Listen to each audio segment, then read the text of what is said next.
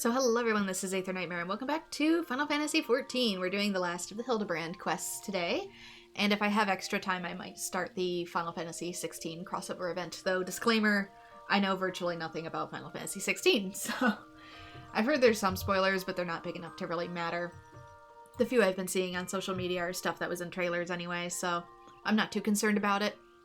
So if you haven't played either, maybe it's possible you won't be too worried about spoilers either. So let's see, where is the next quest of the Mandervilmen? Shades of Sil'dih, and you can find that in the Steppes of Thal in Ul'dah. I love a little guide open in the background just to help me out here. So let's go to Ul'dah.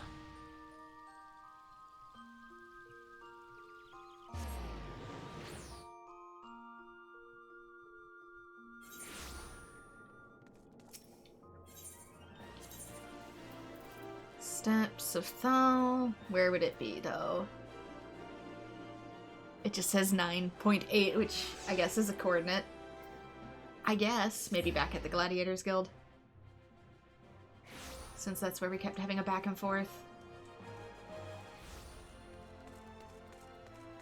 Yeah, here we go. Here's Ellie. This is it. Shades of Sil'dih? Which I'm supposed to be assuming is probably a Star Wars reference. I was wondering when you'd show up. I hope you haven't made any plans for the day, because we've got a situation on our hands. Remember our good friend, the Phantom Thief? Well, it seems he's decided to branch out from burglary to cold-blooded murder. If the rumors are to be believed, he claimed 3 victims already, all influential members of Ul'dah society. Mr. Manyfaces has been kind enough to leave one of his signature calling cards at every scene, leaving no doubt as to the identity of the murderer. These messages are always the same. The weight of 5 corpses will bring the scales of justice to balance. More riddles. Not that you'll hear me complaining. No, the only thing my readers like more than a good mystery is a good murder mystery. Ever since the story broke, the Mithril Eye has been selling like Pond's cakes. The only rub is it's left to me no time to look into the thief's last message. Until now, that is. Shall we begin? The hidden treasure of Ul'dah, was it? If there's anyone who can shed some light on this, it's you-know-who. The Sunsilk Tapestries. I was supposed to know who, how?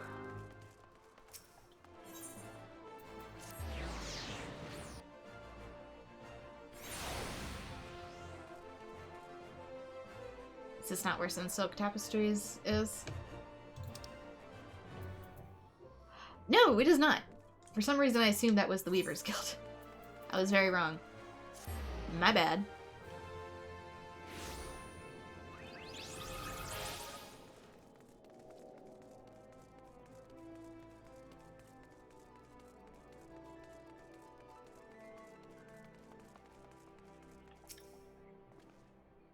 Well now, if it ain't my favorite venture and my favorite Mithril Eye reporter, along with them, tell me, Pity, what have I done to deserve the pleasure of your company today?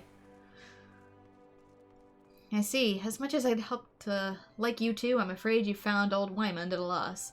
Ul'dah has more than its fair share of treasures, hidden and otherwise. I reckon our phantom friend could be after just about any of them. I can tell you this much, though. Whatever the thief's got his eyes on, it's got the Sultan sworn in a right dither. Word has it they formed a regiment of their best and brightest to safeguard the royal vaults from this very threat. The Sultan sworn aren't like to be forthcoming with information, but it's the only lead we've got. Come on! I'd say it's time we paid the heart of the sworn. Oh wait, hold up there, Ellie. I ain't generally the worrying type, but you may want to think twice before getting yourself involved in this. A man in my business develops a nose for danger, and this time the stench is something fierce. You're a reporter, Ellie, and a fine one at that. Don't put your pretty neck of yours at risk trying to play hero. Your concern is touching, but I can assure you that I'm ready for whatever dangers lie ahead. Besides, being a reporter is about being more than selling papers. I have a duty to seek out the truth and convey it to the people. Come on, time is of the essence.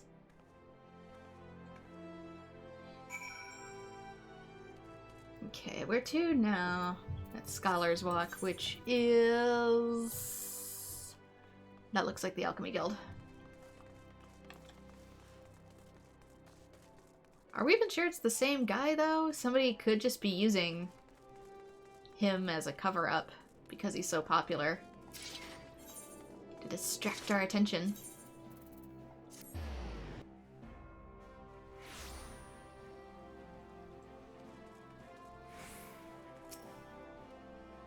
Halt, only authorized personnel are allowed in. They'll bugger me with a broadsword. It's the Gentleman of Light's adventuring companion and that catty but cute reporter from the Mithril Eye. Well, well, if it isn't the self-styled Warrior of Light, tell me, what tall tales did you spin to the Sultan-sworn recruiter to land yourself in this position? Only the 12's honest truth. Seeing that Gentleman of Light standing tall and triumphant that day, it moved me to the depths of my soul. I vowed to put aside my sketchy past and serve the realm, just like my hero, Master Hildibrand. The Sultan-sworn were impressed by my commitment to my sword arm, and they gladly welcomed me to their ranks. I'm guessing this is a 1.0 plot detail, and I'm assuming he thinks Hildibrand is a Warrior of Light. Maybe he is, I don't know. Wait, don't tell me. You've come to assist Master Hildibrand in his investigation, haven't you? Cor, why didn't you say so sooner? It's the least I could do to help you two who united me with my role model. You'll be wanting to speak with Phyllis. She's one of the Sworn's best, and something of a history buff, I'd deem. When she heard the thief was targeting the 4 relics of Belladia, she personally stepped forward and volunteered to lead the investigation. If anyone has the information you're looking for, it'd be her. Wait here while I get her. I can trust you do not touch anything.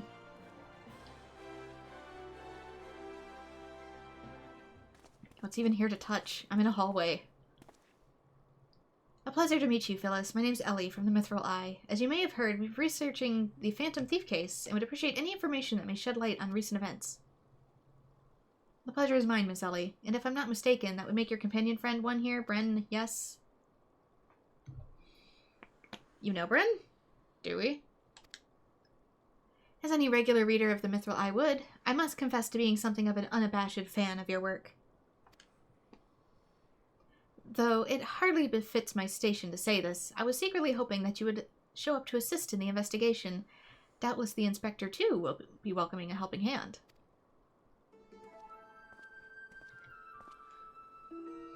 The Sultan-sworn, the elite of Uldah's elite. I can only hope they provide more competent than the bungling mercenaries I've dealt with thus far. Inspector Briarden, always one step ahead of us. Miss Ellie, Bren, a moment if you would. Right there, very good. Now face me and don't move an elm. Why? Inspector, what's in your...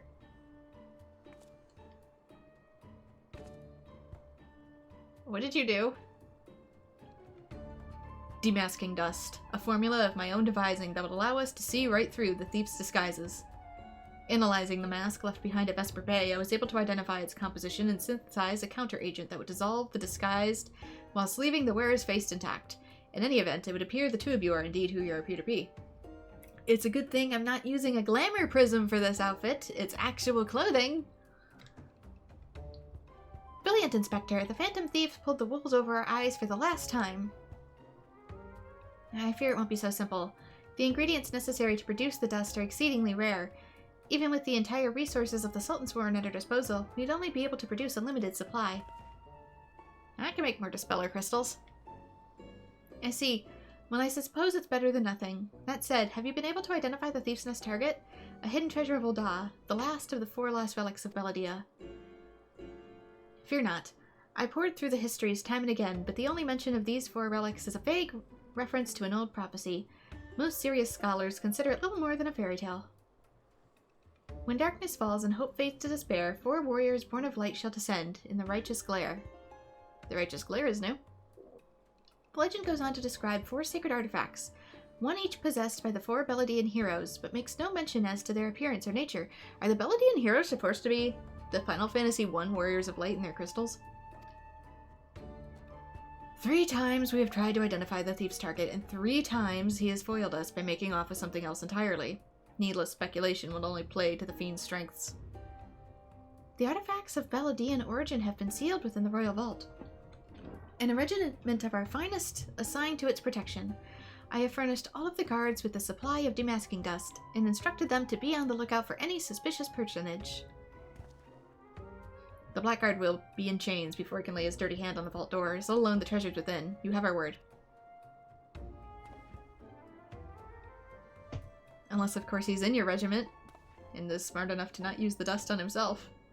But there are even more disturbing matters at hand. Doubtless you have heard of the recent rash of murders perpetrated by our quarry.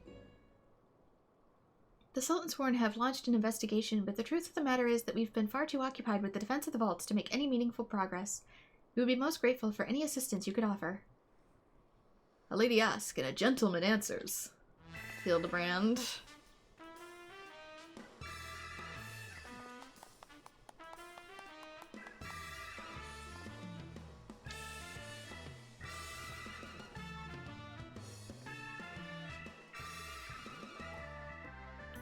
Cast all worry from your heart, my lady. Hildibrand, agent of inquiry, expectorant extraordinaire, has arrived to set what is right, what is wrong. Oh my god. Arrived to set right what is wrong and bring the wicked to justice. Is he going to slap him? And this must be the demasking dust that is the talk of the palace. Ah, but you need not waste your supply on me, Inspector. I assure you that I'm exactly who I claim to be. At first I thought he slapped him, sorry. Which, I mean, maybe, if he applied it with enough force. It's a shame that... Inspector Hildibrand, we were not expecting you, but your services are most welcome. I will share all I know about the recent murders.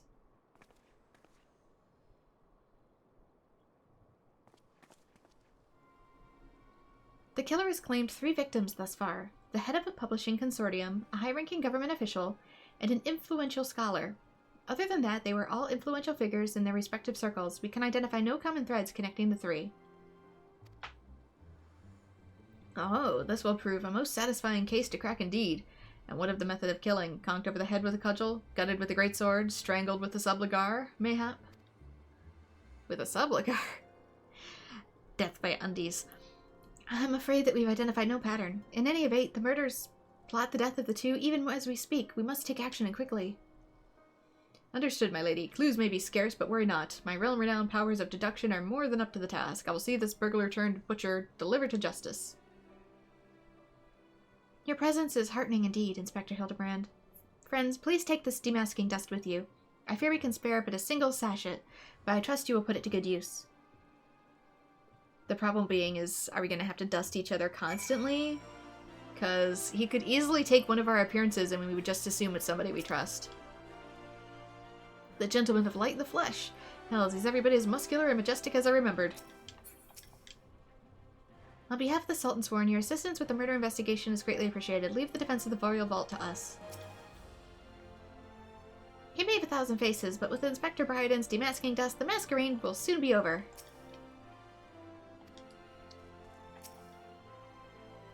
Come to accompany me on yet another case, friend? I like your gusto, but if you're auditioning to be my assistant, I fear that role has already been filled most ably. Still, a gentleman welcomes the support of all his admirers. I shall henceforth name you thusly, Bren, my ever-loyal associate. And now, my ever-loyal associate, the investigation calls. I propose that we begin by inspecting the site at which the most recent victim met his demise. My questioning about the palace has revealed that the scholar's body was found not far from the 80 Sins of Sasimo. Because I totally know what that is. Even the most circumspect of criminals cannot help but leave behind clues that will not elude my gaze. Let us be off, friends. Pray alert me should you see anyone suspicious, my ever-loyal associate. We must put Miss Phyllis's demasking dust to good use. Weird, normally he's like super gung-ho about me coming with him. And this is where? Western Thinland.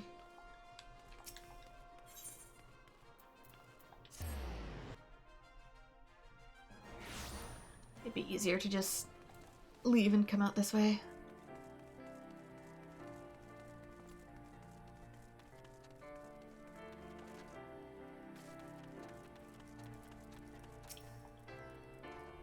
Flowers, how intriguing. You mean these? On the ground? Normally these signify where somebody died, but I guess that's true here too. But this time they're actual flowers instead of just symbolism for carrying a corpse. Flowers? Yes, it's all becoming clear now. Our phantom killer is a florist, who in his hurry to escape carelessly mislaid his wares. Just what do you think you're doing, huh? I'm the one who put those flowers there, to honor the memory of my poor boy. You dare defile his memory, huh? 1,000 pardons, my lady. Please accept my most sincere condolences on your loss. I am Hildibrand, agent of inquiry, expector extraordinaire. I swear unto you, on my own dear mother's name, that your son's killer will be brought to justice. Ahem, as I was saying, these flowers were clearly placed here by the family of the deceased, which can only mean... Leave this place. Run away while you still can. Run far, far away. Run, or he'll turn you into a zombie, just like my poor, poor boy. Too late. A living person turned into a zombie? Nonsense. Yeah, about that. Oh god, it's coming full circle. Not nonsense, my boy. History. Have you not heard the horrors of the Sil'dih? Aye, Uldan's sibling nation against which we were waged wars centuries ago. Much blood was shed by both sides, but I speak of the far greater horrors than death, an unholy drought brewed by Sil'dih alchemists, one with the power to turn the living into the undead, that his nation might command an army of mindless, deathless soldiers, the traitors spurn. They turned my poor baby into a heap of rotting flesh, and ran him through. But you won't hear that from the Sultan Sworn. Thal alone knows why, but they whisked the body away before I could so much as pay my last respects. The traitors spurn. I've heard the stories, but I never thought them to be true. To be able to procure such a frightening thing, just who are we dealing with here? A Sil'dian, I'm sure of it. Only a Sil'dian would know the recipe. But the last remnants of Sil'dih died 4 centuries ago, you say? Oh, they did. That they did. He calls himself the Phantom Thief, does he? But did it ever occur to you that he might be an honest-to-God's phantom? Heard the tales from my own great-great-grandma, I did, about the 4 relics of Belladia and the powers they hold, the power to exact justice. A spectre of Sil'dih has returned to wreak vengeance on us. Woe, woe unto us all, have the 4 warriors of light forsaken us. My dear boy, if only you'd become a traitor like your father. If only you'd kept your nose out of those history books and never so much as breathed the accursed name of Sil'dih. But you did, and now we're doomed. Doomed! Doomed! Lady gone crazy. She books it fast for someone her age. Phantom Thief isn't messing with us, is he?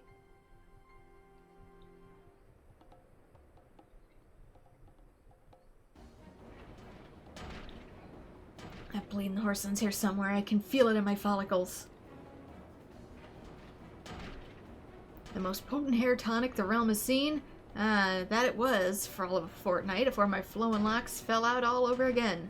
And just as I was chatting up a youngly lovelass of the quicksand, just to twist the knife an extra ilm. It all came out at once. That sounds like some other condition, sir. Did you, accidentally put Nair in your hair? Mount Blanc, charlatan. I'll find that so-called inspector and his sorry band and pull every last strand of hair from their bleeding skulls.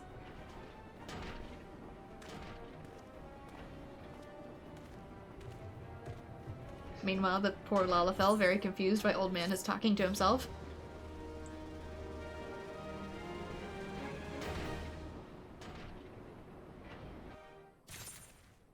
Sounds like angry old man, angry that he's bald. Shades from Sil'dih. Living men turned into zombies.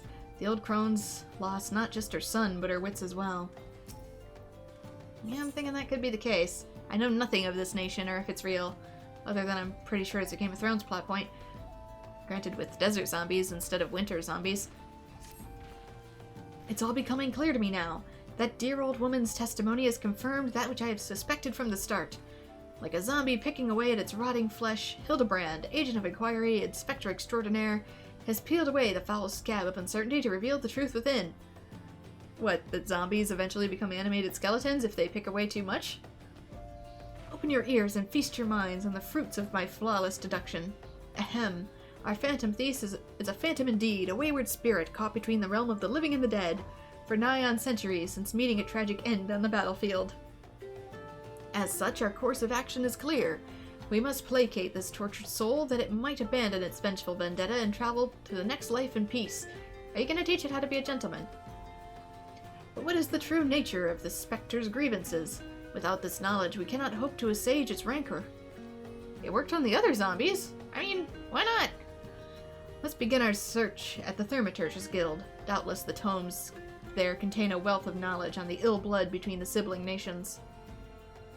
Notwithstanding the abject stupidity of everything else here that came out of your mouth, some knowledge of Sil'dih might serve us well. Go research as you will, and do take as much time as you need.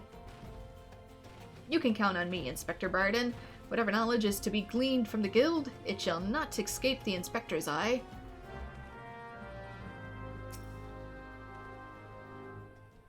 I'd be much obliged if you could keep him out of my way. I have some real investigating to do and would prefer to be free of distractions.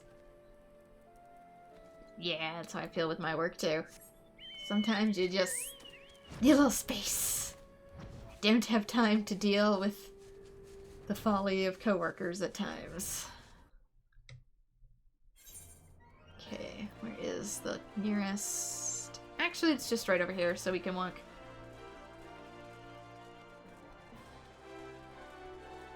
I didn't realize it'd be so close by when I came in. Godspeed good, you're the adventurer who saved me back at the ruins. Researching the ancient feud between Ul'dah and Sil'dih, are you? Why, I'm pleased to say I have more than a passing familiarity with this ancient history. I forget if her quest was part of the Hildibrand quest or if it was something else. Because I know sometimes these can overlap, and they may or may not recognize you from other things. To understand the history of the sibling nations, one must go back further still to the birth of their mother nation, Sil'dih. The Fifth Astral Era was an age of untold wonders, when the arcane arts burgeoned and the great civilizations that commanded such powers flourished. The Age of Enlightenment would not last, however. Power bred avarice, and avarice bred resentment. It culminated in the War of the Magi, which brought the great floods of the Sixth Umbral Calamity, which in turn swallowed once proud nations and left a battered wasteland in its wake. Mages were reviled and persecuted for having caused this catastrophe, with many forced to leave their homelands or face death. It was a small band of those survivors that found their way to Thanalan, where they would found the nation of Sil'dih some 8 centuries ago. Agon. Weird. Oh, imagine, a government of mages, by mages and for mages. What wonders might have been wrought had Sil'dih civilization survived to this very day. Alas, this was not meant to be.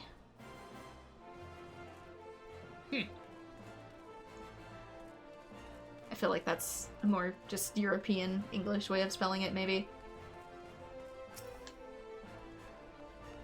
You don't say. Not every day someone comes to our halls to research Sil'dih. As a fellow student of history, though, I more than welcome the conversation. Sil'dih civilization flourished in relative peace until twin sons were born to the royal family. The two were fierce rivals, and when they came of age and their father passed, each one claimed that he was the rightful heir to the throne. With neither son willing to relinquish his claim, they agreed to split their kingdom in two, forming the twin nations of Ul'dah and Sil'dih. But not unlike the two proud princes, the sibling nations developed a penchant for rivalry.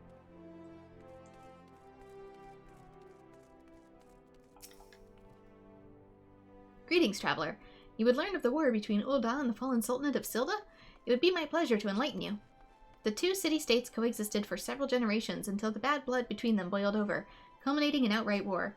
As you might deduce from the present state of affairs, Ul'dah emerged victorious, leaving its once proud sibling nation in smoldering ruins. As the histories tell it, the battles fought between the sister nations were the stuff of nightmares. In a desperate attempt to overcome Ul'dah's superior numbers, Sil'dih alchemists devised a most horrific stratagem. Employing a frightful formula known as the Traitor's Spurn, they brought their fallen warriors back as undead soldiers. Some theories have it that they even employed the potion on those of the living who were just too weak or wounded to fight. Sends shivers up the spine just thinking about it, no? It's truly a crowning glory of our fair nation that our forebears were able to emerge victorious against those horrors. Yeah, hello, Xenosaga. What's that you say? You seek knowledge of the bad blood between Ul'dah and Sil'dih? I suppose I can spare a moment or two, but take good notes. I'm not fond of repeating myself. 2 scales, one of gold and one of silver. The gold of Ul'dah weighing prosperity and power, and the silver of Sil'dih weighing knowledge and power. But the power sought by those two nations differ greatly. Yes, greatly indeed. The power wrought by Ul'dah in prosperity was that of justice and good, while the power wrought by Sil'dih knowledge was horrific beyond belief. The power to rip the living soul out of a man and render him a mindless killing machine. On this matter, the histories are clear, but riddle me this, my friend. Who writes the histories, and for what does this say of the words writ within?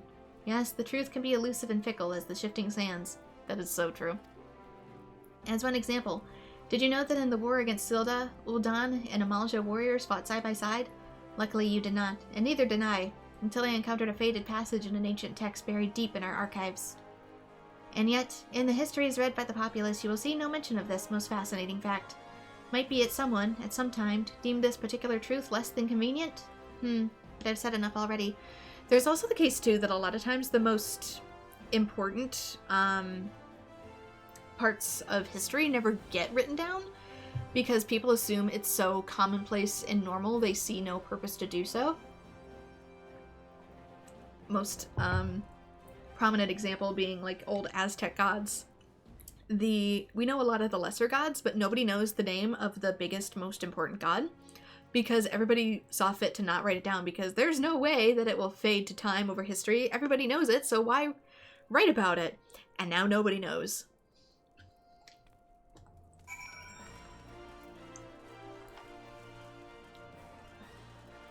When you don't write down the common things get lost.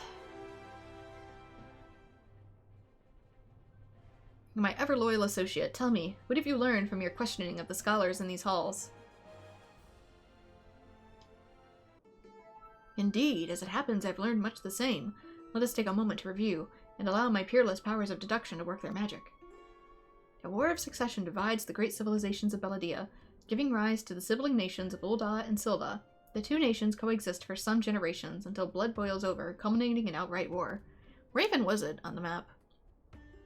Was it like further north or something? Was it closer to like Korthus, the Shroud, Limsa?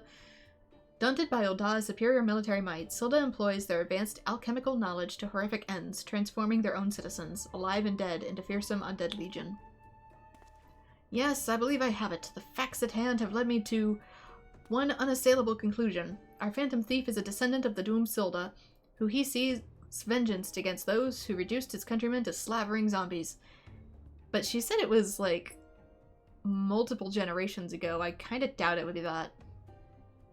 To pacify his soul and send him peacefully to the next world, there is but one course of action.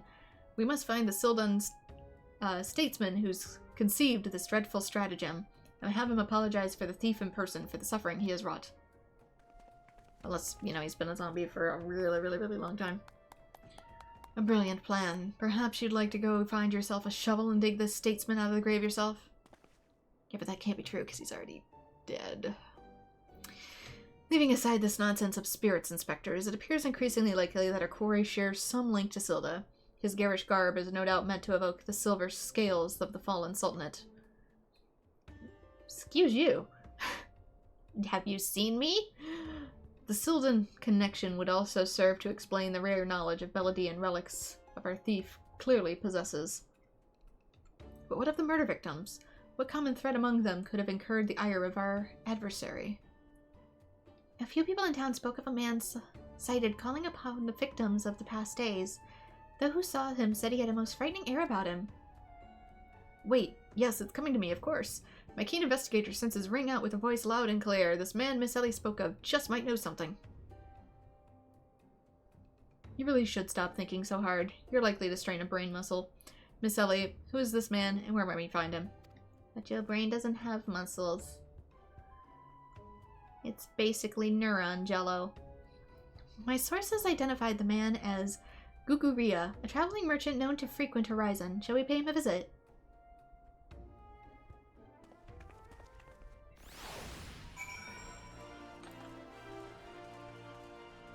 And the Horizon is... where? Nobody say the sky. Don't you dare dad joke me on my own stream. That's my job.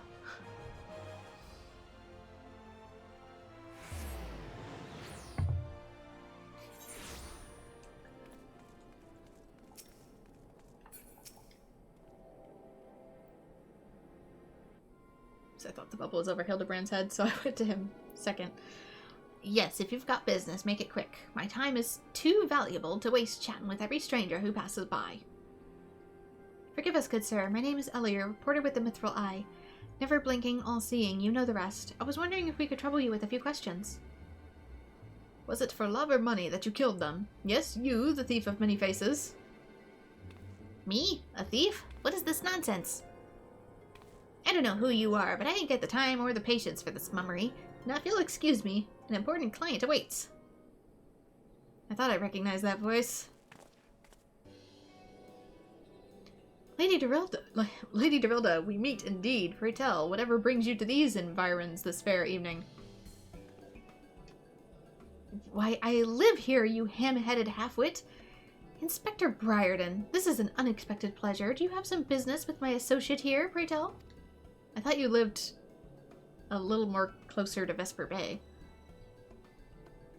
Gugaraya, we can discuss business after. Pray lend the inspector here, the handsome one, whatever assistance he requires. That descriptor is subjective. But Lady Dudaraya, what about... Ah yes, my dear Maria's name day present. I had in mind one of the prized pieces of Eshtame's latest seasonal collection. You would be able to procure one for me, yes? Or shall I eliminate the middleman and make the trip to Ul'dah myself?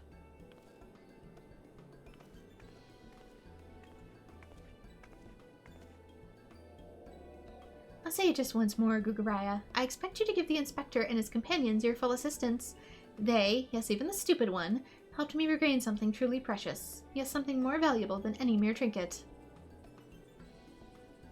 Your dignity?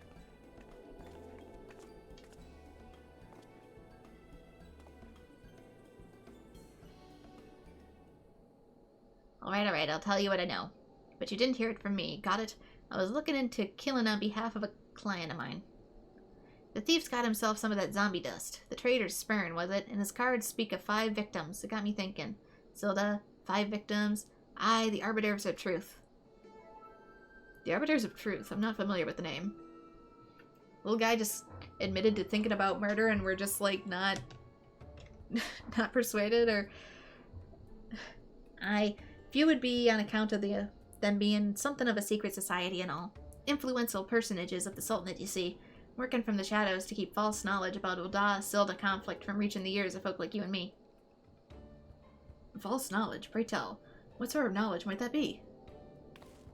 All's balls, don't make me say no more. I've got a family to feed. Very well, just one last thing. Who hired you and where can we find him? Hob. His name's Hob. When he heard what I said, he told me that he was back going set sail for Limsa with his 5 best sellswords to guard his back. Said there were many prying eyes at the airship docks. Said he had a private ship docked and waiting for him at Vesper Bay. But remember, you didn't hear none of this from me. This man Hob must be one of the killer's targets. Doubtless he also knows the identity of the remaining one. I doubt that. They say the Arbiters are so secretive they don't even know each other's true identities. Now, don't ask me how that all works, but... Hob's got high-ranking friends in the brass blades. I will never say that right. Once he heard the victims had all been zombified, he panicked. Guess he knew that he'd be next. Thank you very much, my kind sir. Once again, the ancient Manderville art of parley has procured us a key morsel of knowledge. Let us seek out this Hob fellow and see what he can share with us. And let us hurry. The man's life is in danger even as we speak.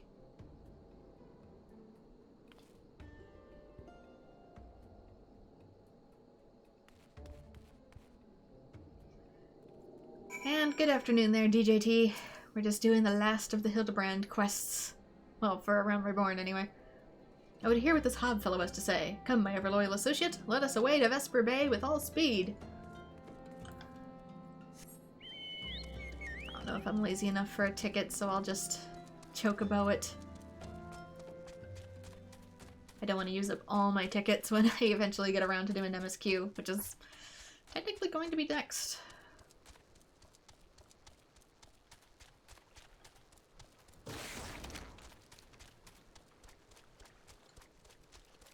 Eventually I've got other quests and stuff in here to do too, but I want to, maybe, if I'm lucky, try and get the MSQ for A Realm Reborn done prior to the graphics change.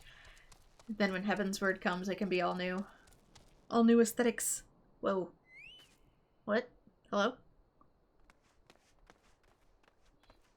I'm not used to Final Fantasy XIV doing this. This is a Genshin type thing to just drag you out of a cutscene without pressing anything. Master Hob, is everything quite alright? Stand back, Ellie. Hunger. I hunger for your brains. Damn, there's no saving the man. Bren, do what you must. Not necessarily. I've met... Oh, I'm not actually fighting him? I've met zombies that are more chill. Yes, my first-hand knowledge of zombies tells me this particular shade of green is unmistakably that of the undead. It would seem we're a few moments too late on the scene. A message. And then there was one.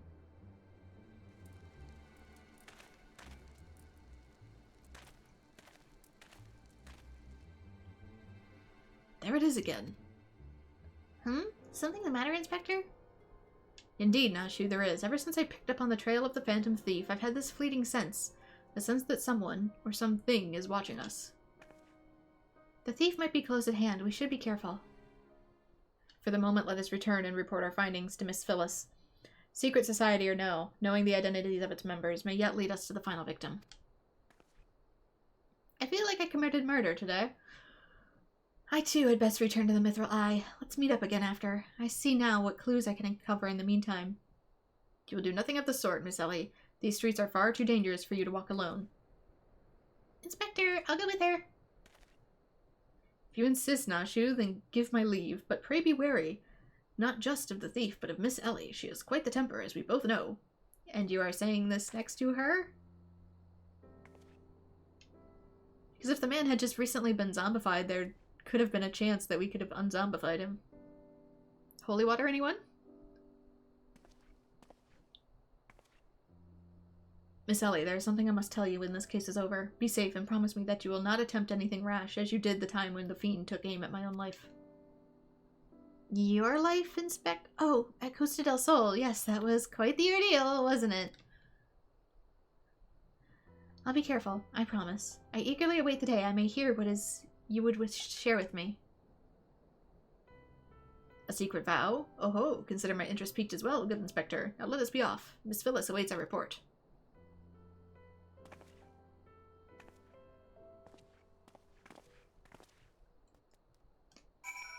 Yeah, I'm not used to it automatically throwing me into a cutscene like that. Most of the time you have to, like, target to initiate it. You have to walk up and talk to somebody, which is something I really, really appreciate in this game, actually.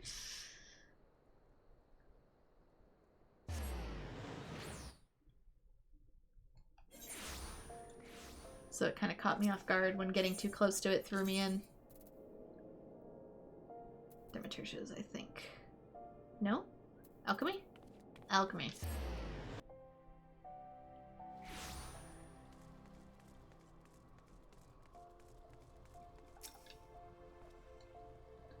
The news of Hobbs' death will not sit well with Miss Phyllis, but a gentleman must do what a gentleman must do. Some shifty-looking fellow was eyeing the vaults before, but he took off faster than a fleeting cactor as soon as I met his gaze. I just cowed many a Garlean on the plains. Oh, so it's you. A fourth victim? Thou have mercy. Were you able to glean aught of a connection of the other victims? The Arbiters of Truth? No, that cannot be. Somebody help! And we just stare. Miss Ellie? The voice came in the direction of the vault. We must hurry. Is Briarden the only one with sense here today?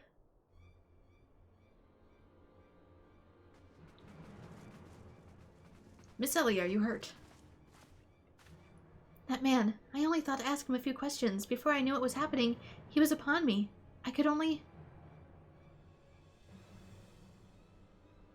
Bash his brains with a conveniently placed bottle of mead, it would seem. Remind me not to get on your bad side, Miss Ellie. That said, is Nashu not with you?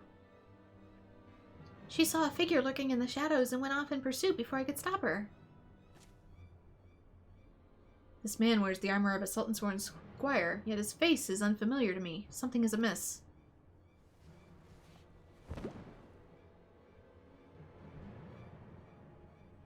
The thief of many faces. To think we would find our man like this. Thrice and again did the fiend elude our grasp, but no more. By virtue of a gentleman's ingenious deductions and a lady's pugilistic puissance, I declare this case closed. I don't. I'll return the sachet to you, Miss Phyllis. While the jester was appreciated, in the end it proved superfluous at my cracking the case. Oh my. Is it going to work on her? Unless, while you're at it, is there anything else of immense value that you'd like to wantonly destroy? A double mask? Well, what is the meaning of this? Ingenious, a double disguise, planted by the thief to throw us off his trail, no doubt. At first I thought it was going to land on her. This is Jigi, one of my capable men. I assigned him to guard the vault, and outfitted him with an ample supply of demasking dust. It is inconceivable that the thief could so easily elude his grasp. Is it possible the thief is disguised as Nashu, since Nashu ran off? Unless the thief was not wearing a mask.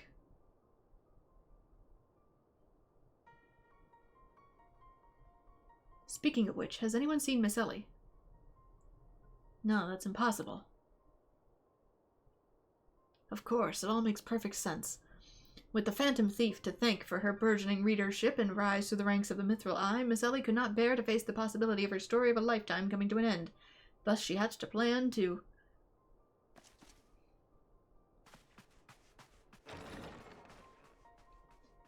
You did the crossover, and the fight is better than the 15, that's good. It's just the whole bunch of new mechanics and stuff didn't sit well with me. My lady, the vault has been breached. The wise man's whisper, it's gone.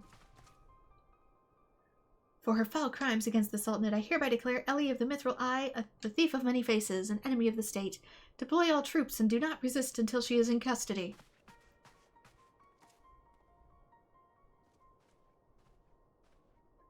And now the game is truly afoot.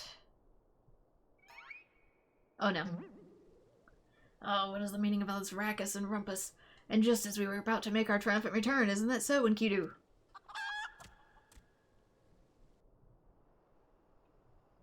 Or maybe not. Like, I can't tell.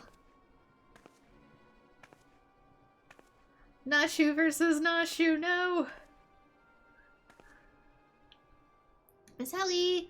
Miss Ellie! That shadow you said you saw, I think it was just a dormouse.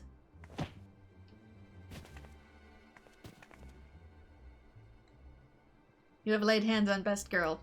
Prepare to die.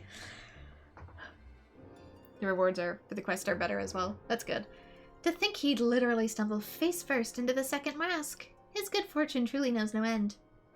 But not to worry. Yes, I dare say the Phantom Thief has another trick or two up his sleeve.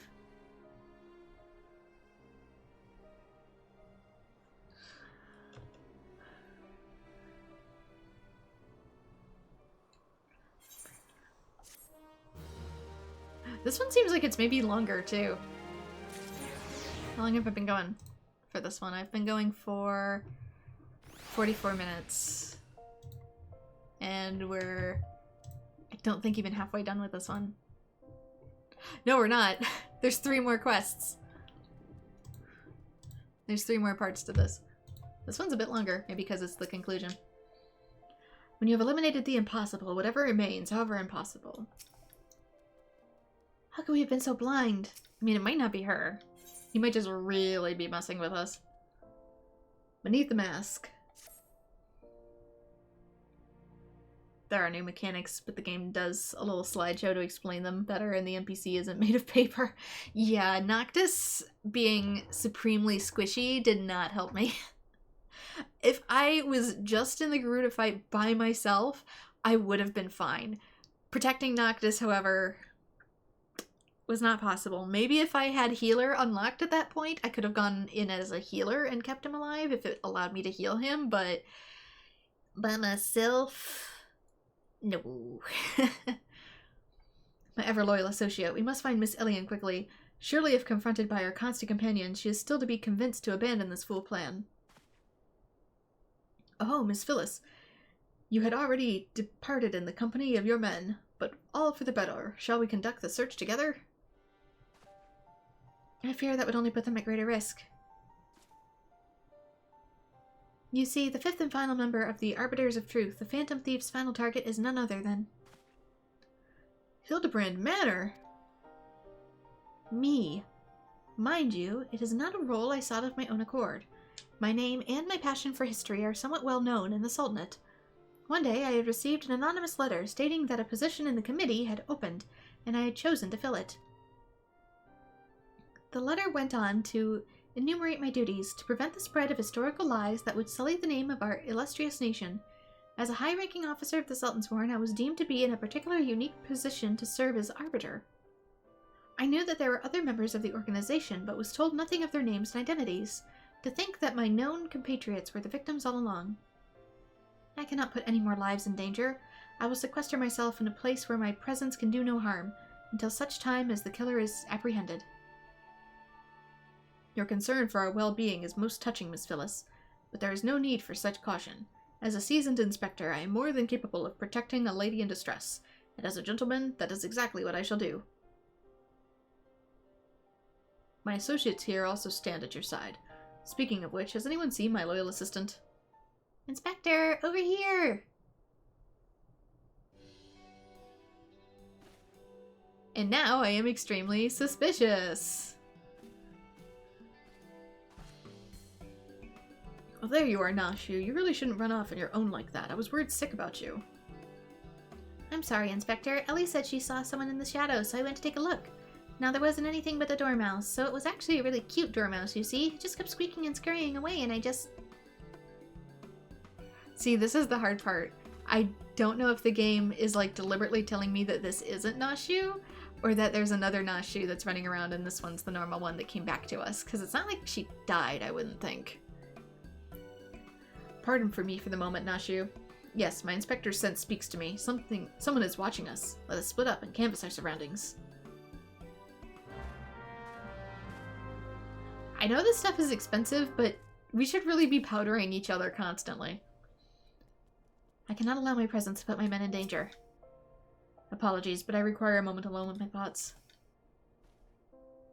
Where's Miss Ellie? Do you think she went looking for the dormouse too?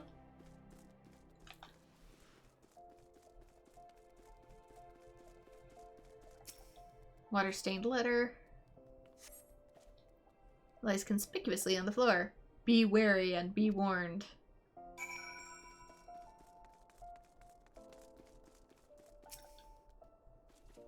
Why is it water-stained? Trust no one and your friends all the less. Like I said, just powder each other.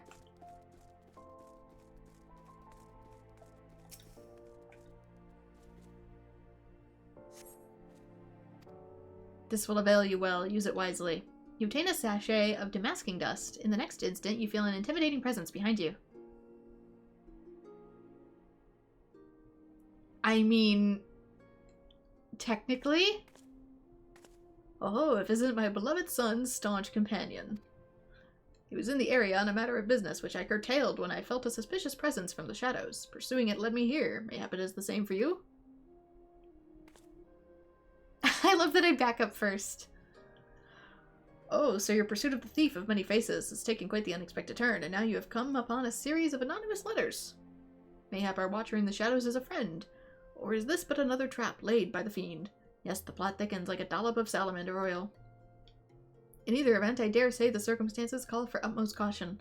The thief could be anywhere, or anyone. Myself excluded, of course. No mere mask could replicate the physique of this Manderville man. For you, that may be true. That said, I fear my dear Hildy may be in a bit over his head this time. Allow me to assist you in the investigation. Were anything to happen to Hildibrand, his dear mother would not be pleased.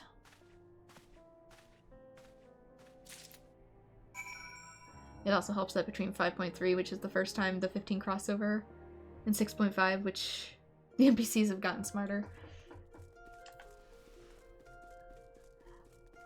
So, are you saying Noctis in that fight was maybe one of the older NPCs that they just haven't updated? If the sender speaks true, the villain even now lurks within our midst, and yet we have but a single sachet of demasking dust at our disposal. We must identify the imposter beyond reasonable doubt before we proceed.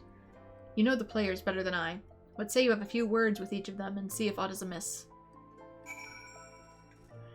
I mean, how does this stuff work? Because couldn't I just rub a little bit on everybody's cheeks and yank, and if it comes off even a little bit, that's good enough? Am I doomed to share the same fate as the others? I'd sooner die than become one of those things. Unless what I was given wasn't demasking dust, but zombie powder. Miss Ellie is the Phantom Thief. It is the only logical conclusion, and yet I cannot help but feel that another truth still evades us. Inspector Briarden told me all about it. Who'd have thunk Miss Ellie was the Phantom Thief all this time? She sure fooled me. And who are you? Something just isn't right. Yeah, you've been in the background this whole time and I have no idea who the heck you are.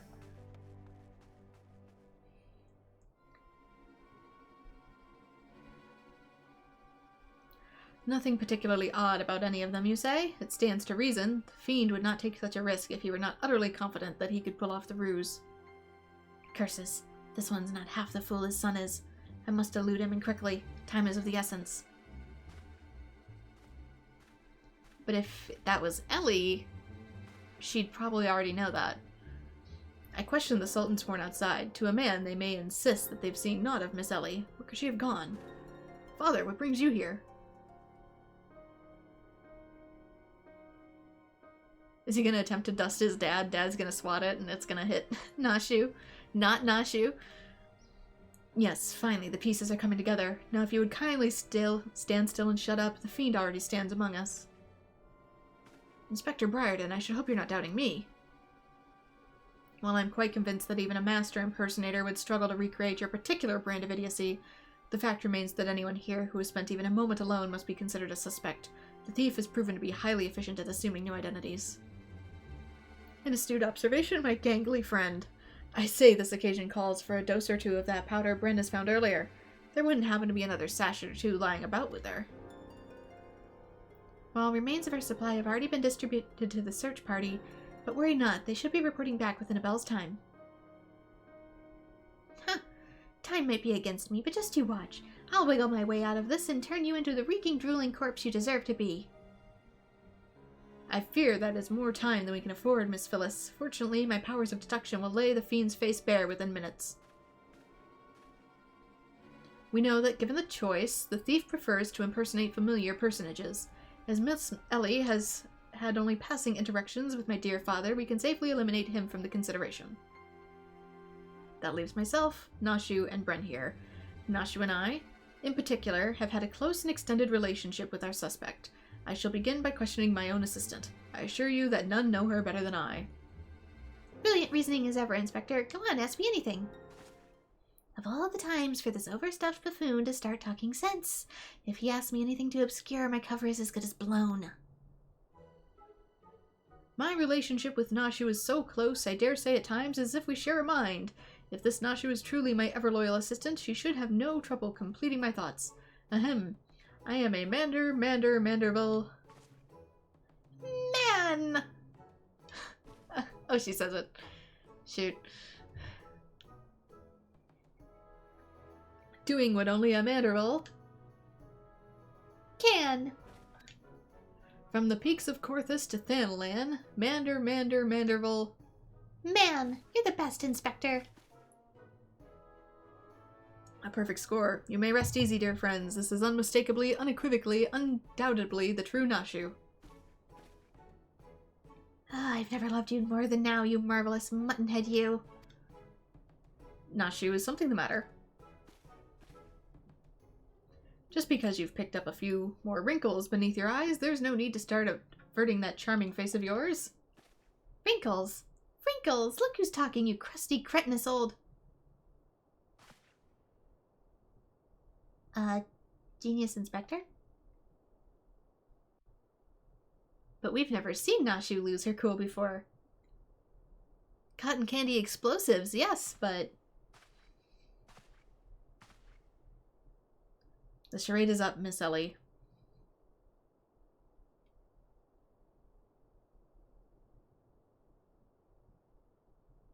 We might want to grab her.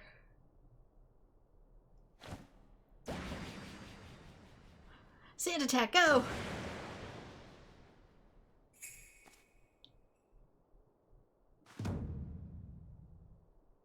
Miss Ellie, you look somehow different.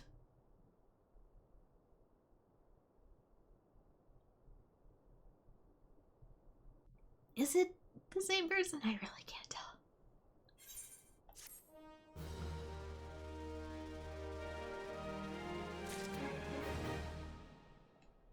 You like how the earrings show up on different races? That's true. Like on mine, they're actually attached to my horns, since the horns technically are the ears. So the letters spoke true. The fiend was in our midst all along. But who gave us the letters? My prodigious powers of deduction scream out to me. This woman knows something. Another two-layered mask, perhaps, but no, this woman bears a striking resemblance to Miss Ellie. I was all but certain that Ellie was our thief. What is the meaning of this? Yes, Hurian woman is not the best of descriptors. Of course it gives me a dispeller. Did I not just make this joke? 7 hells, done in by a muscle-bound mutton head and his motley troop of mummers. Just who are you? Your resemblance to Miss Ellie is most uncanny, and yet... Consulting Inspector Briarden, once again you failed to measure up to your lofty reputation. Of course we resemble each other. Ellie is, after all, my own flesh and blood, my beloved sister, and my eminently capable partner in crime. 1,000 faces I may wear, but only one name do I bear. You can call me Ceci. Charmed, I'm sure. Are you quite all right? Why, you look as if you've seen a ghost. Despite my moniker, I assured you that Ellie and I are no specters. What we are, mind you, are the living scions of Sil'dih aristocracy. Bemused, are you? Befuddled? To find 2 sisters behind the mask? Try using your brains once in a while. Every time you encountered the thief, Ellie was standing right in your midst. No, the thief that has 4 times stole the show, and those priceless relics, was me. Meanwhile, Ellie hid in plain sight, supplying me with just the knowledge I needed to stay one step ahead of my pursuers. All while spinning the hair-raising tales of my exploits to win the hearts of this nation. I owe you a lot, truly.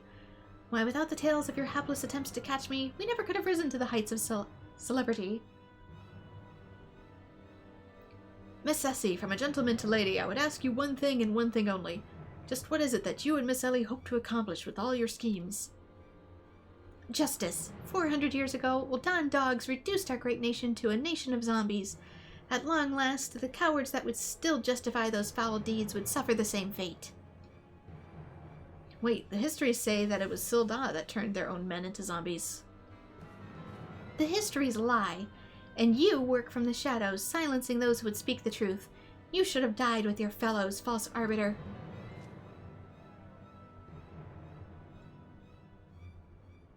It was Sil'dih that ordered the creation of that dreadful powder, and wielded it as a weapon against our proud ancestors.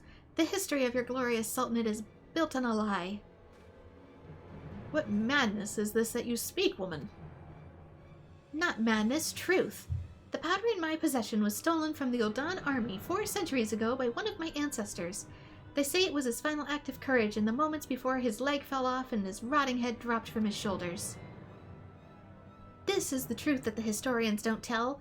The truth that this doe-eyed Sultan Sworn would kill to keep buried deep in the sands of Thanalan. But your time of reckoning is nigh. Oh yes, before long you, and everyone in this rotten nation, will know firsthand the horrors of my ancestors. And just what do you mean by that? Oh, how the idiots lap up their stories. A masked crusader for justice, a dashing rebel waging battle against power and authority. I can't. Oh, if only they knew. But they will see it soon enough, when they're eating each other's brains out on the streets. In the last days before our proud nation was razed to the ground, a band of the final survivors stole a vast quantity of the powder from the Ul'dan vaults, hiding it away in a secret vault sealed with powerful magics. The sole means by which the vault may be opened, by assembling 4 secret relics of Belladia. 4 relics once housed in the royal palace of Sil'dih, before the Ul'dan dogs stole them and claimed them for their own. And so it dawns on you at last. Yes, even as we speak, Ellie makes for the vault, the 4 relics safely in hand. Just think, one day you'll be able to tell your grandchildren you were there when zombie powder rained down on Ul'dah. No, wait, you'll all be dead. Preposterous. Could there be a chance Ellie was the one who left us the notes and as a way to say, please stop, my crazy sister? But first you, my dear. You will not even have the pleasure of looking upon the last moments of your precious homeland. Let your flesh rot like all of your rotten lies. I think not, Miss Ceci. It's fine. He's probably already zombied.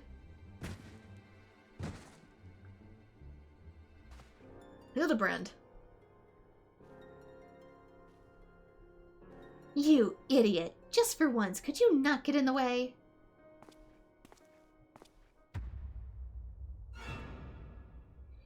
Godbert Manderville. I can't even trust your sorry arse to look after him for a day.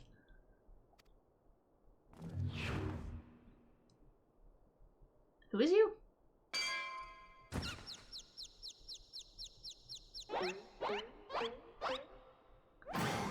I knew it! That presence watching over us from the shadows. It was you, my dear wife! Is Mom a ninja?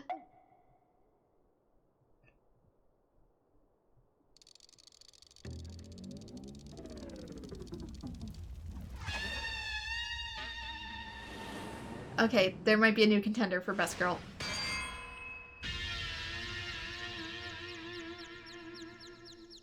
We're allowed to have more than one. It's my stream. I make the rules. Am I to understand that you're Hildibrand's mother?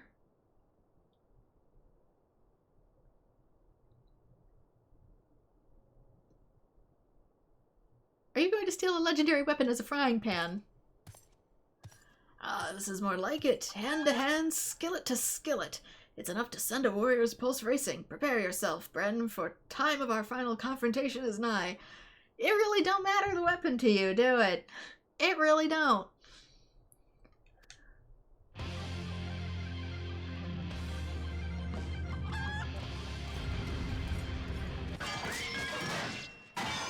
I mean, he's not that great of a fighter, honestly. So, yeah, that checks out.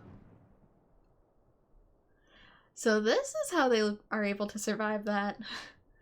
Do you have any potapos for brains, you overstuffed buffoon? My beloved boy's been turned into a stinking corpse if you hadn't bloody noticed. You, Bren or something, was it?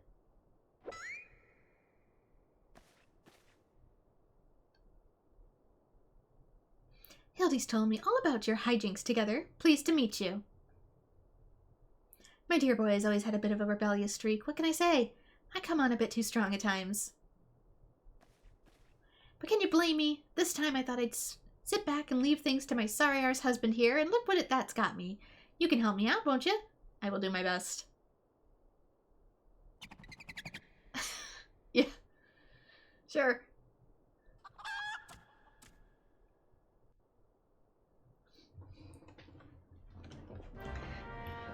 You do wonder how you would pierce the horn. Supposedly they're somewhat hollow. I'm assuming hollow more in like a ram's horn sense, where it's sort of spiderwebbed inside. But if that's the case, it wouldn't A, be too hard to pierce through, or B, for my character personally, I would probably just tie the earring to the horn.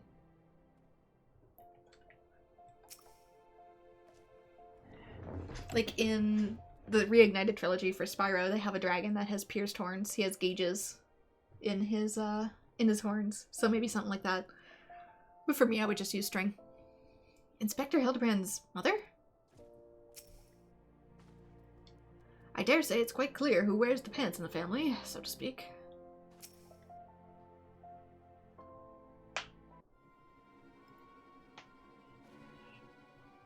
Reunited with my dear boy for the first time in ages, and just look at him. He's green. I'd say blue. Fortunately, there's still time to reverse the zombie curse, and I know just the remedy, a vial of holy water.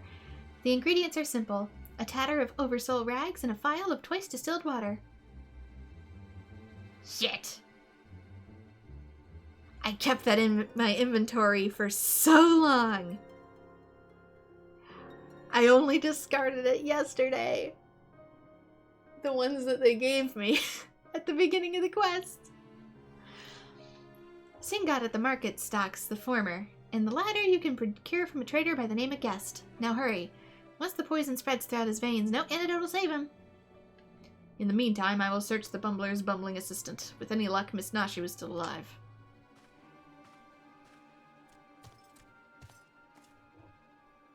Ouch, that smarts. Ye gad, Sil'dih. You're looking none too hardy yourself. No thanks to you, you bumbling oaf. Now, you're gonna go and accompany Bren here and make yourself useful, or do I have to re-educate you to do that? Reintroduce you to that wall? But of course, milady, Gilgamesh is ever at your service. Sing got sundries, was it? Come now, there's work to be done.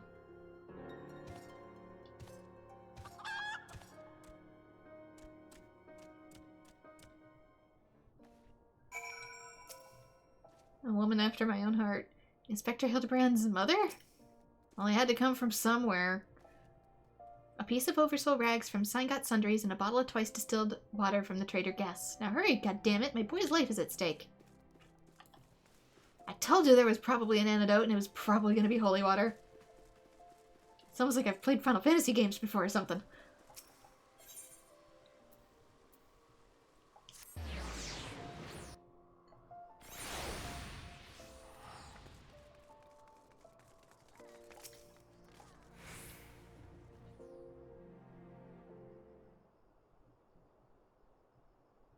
Oversold rags, you say? I fear that only a single tatter left in stock, and it's already been spoken for. But my good man, you must reconsider. My dear friend's life, and quite possibly mine own as well, hangs in the balance. I sympathize with your plight, friend, but a man has to make a living. I've been promised a copious supply of rare chimera membrane for these rags. Unless you can offer me the same, no deal. And you expect us to be able to summon such a rarity out of nowhere at a moment's notice? Well, look what we have here, if it isn't the Warrior of Light from the Colosseum. Funny who you meet in the markets.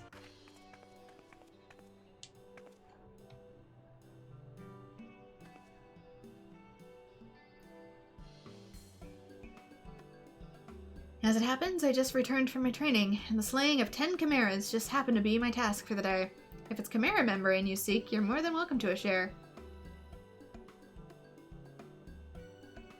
My lady, you are far too kind. Don't mention it. If it hadn't been for Inspector Hildibrand and Bren here, I'd still be tag teaming with that slimy beast and cheating my way to fame and fortune. And I'm a woman who pays her debts. You're more curious how the horn would be affected. It might affect an Aura horn if it was pierced for sound, which is probably why I'd stick to the ribbon personally. But in terms of like actually physically piercing it, so long as you used a metal that was hard enough, so no gold needles or anything, it would still probably be able to go through the horn, considering it's hollow. They'll take me if it wasn't Avila the Tempest. Ever since she confessed to her trickery and started climbing back up from the bottom of the ranks, I've been proud to call myself one of their biggest fans. Well, I've half a mind to give you the rags you seek simply for the privilege of meeting her.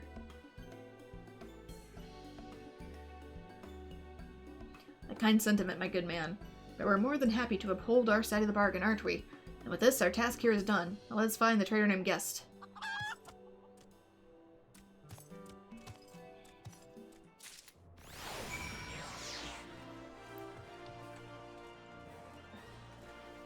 Because, I mean, people pierce and drill holes in discarded horns and stuff all the time to make jewelry. So I assume it would be a process similar to that. Which, yes, it probably would hurt, but so does getting your ears pierced.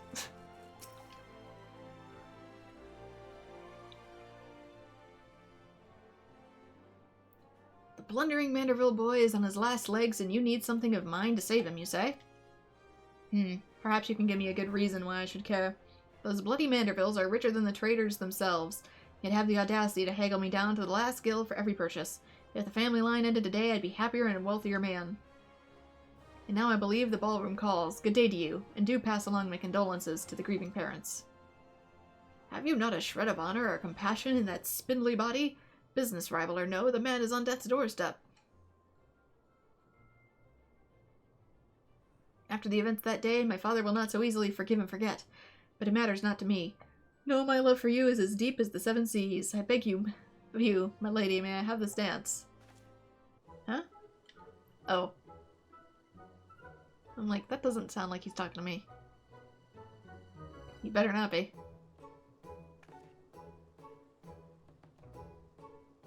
Aren't you the one dance instructor? I thought you were going away somewhere. And you're from the wedding quest. Bren, what a lovely surprise. Are you here for the ball, perchance?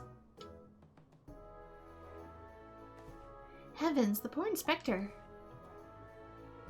Well, if it isn't the Lapis Maiden in the flesh. What say you bid farewell to the preening fops and scurvy adventures and share a dance with a cultured gentleman befitting your great beauty? Why, it would be a pleasure and an honor both, my lord.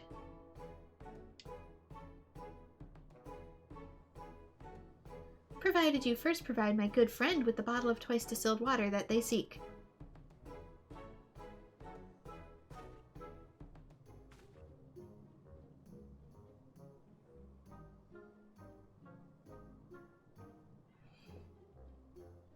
You know this person?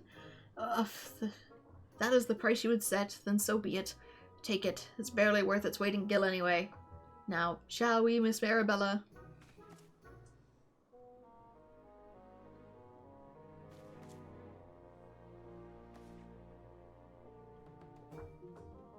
I mean, I could probably just distill it myself in the time it would take to have this argument. I know Hildibrand to be a worthy rival, but to think this was beloved by so many, clearly the realm would deeply mourn his loss. Quickly, let us deliver the goods while there is still time to save him. I mean, hell, I have a triple distiller in my basement just because we have really hard-ass water here.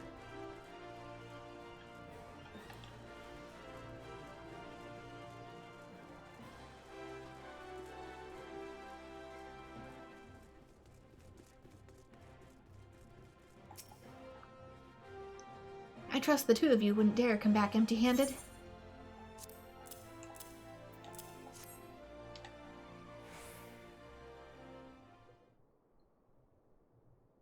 Bloody brilliant.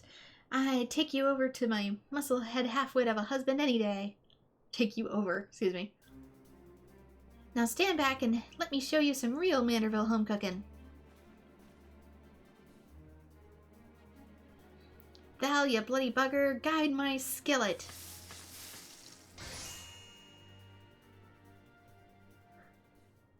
Aye, that should stop the spread. Now it's up to Hildy to flush what's left out of his system. Don't worry, he's my son after all. I reckon he's still got some fight left in him.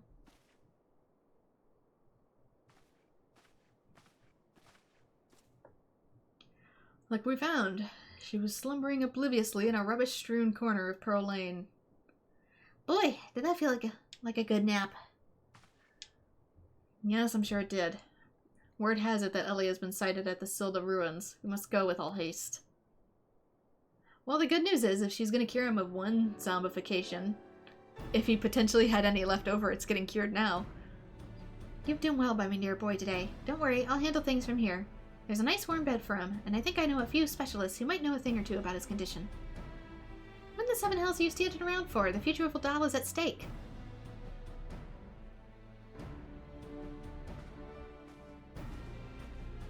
Bren, my strength is yours as well. For Ul'dah, and our friend Hildy. You remind me of my husband. With you having more muscles than sense, if you're so keen on making yourself useful, why don't you run to the markets and bring me some fire crystals? Keeping my dear boy warm is key to fighting off zombification. Let's see. I believe 20 crates or so should suffice. I'm a warrior, not a... Yes, my lady. I mean, I probably have that just sitting in my inventory, too.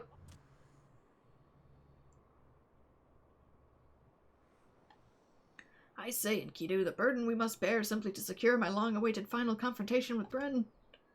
That said, the events of today have given me cause to reflect. Bren and Hildy both. Oh, to be blessed with such veritable legions of friends, tried and true. But alas, not I. No, only one true friend have I ever known, and she is long lost to me.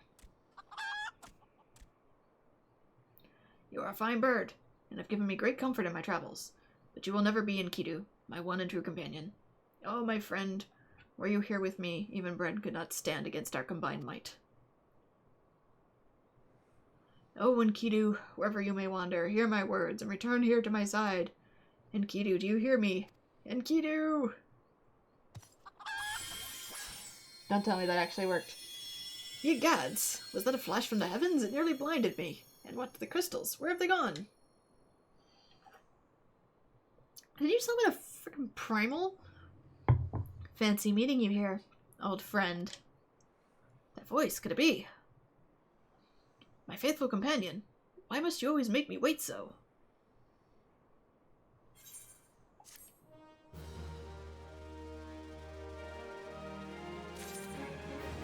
Don't make wishes too close to the crystals. Her last vow. What are you doing dilly-dallying around here?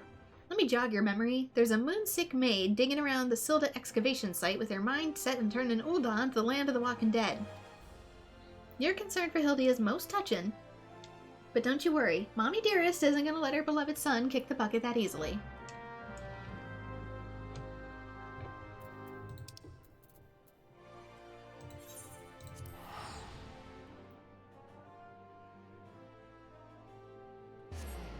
Need water. There's a lot of reading in this part. Good gracious.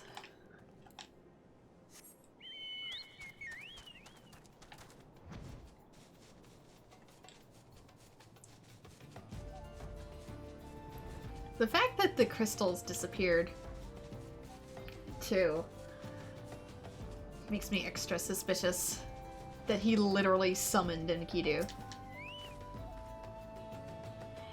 We've managed to track down Miss Ellie just up ahead, where your friends watch over her as we speak. Yet no matter how many times we try to reach out to her, she refuses to do so much as answer. Needless to say, we considered physically incapacitating her. But that crate she's sitting on isn't a makeshift chair. It's filled to the brim with the traitor's spurn. One misstep and the consequences could be dire indeed. You're our only hope. Even in her single-minded rage, surely the time you spent together must still count for something. You need not put yourself in undue danger. I only ask that you step forth to where your voice may be heard and call out your friend's name. I beg of you, surely if anyone can convince the woman to abandon her madness, it's you. With chat mode and say, use your keyboard or whatever to call out, Ellie! And convince your erstwhile friend and companion to listen to reason.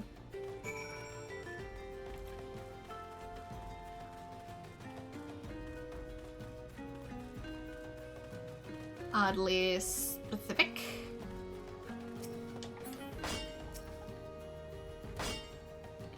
Oh, I think this girl and her sister were behind the crimes all along. I dare say the realm is awash with capable adversaries. Miss Ellie, and I thought we were friends. You do well not to anger the last friend. She's sitting atop an ample supply of that zombie powder, and I suspect she's not afraid to use it. Where is she, though? A bugger's belief that I could have been so blind.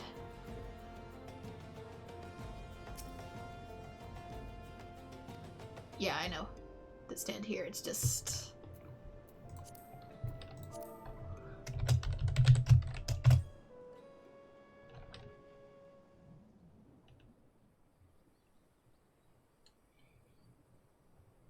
I was curious if you could actually see her. Ren, I suggest you leave this place while you still can. I bear you no grudge, but should you so much as think of interfering, I'll not hesitate to turn you into a zombie too. I assume that noise was from the quest and not from somebody literally trying to chat to me. So it was you after all. Consider me disappointed. I was catching feelings.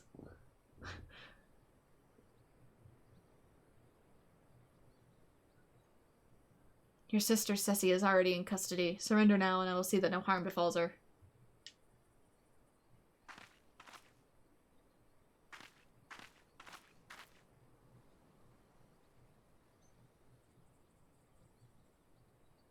How little you understand us, Inspector. Then again, how could one born to life of power and privilege ever hope to understand? Ceci and I have no family, no friends, no fortune, nothing. Two sisters against the world, with only our quest for justice to give us meaning. Long ago we made a vow. Should the worst happen, our mission takes priority over all. Yes, over our own wretched lives.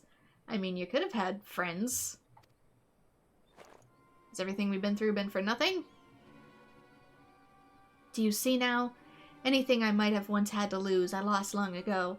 Now stand down or suffer the same fate as the Ul'dah dogs you would defend. Ellie, stop this madness. I'm sorry, Inspector.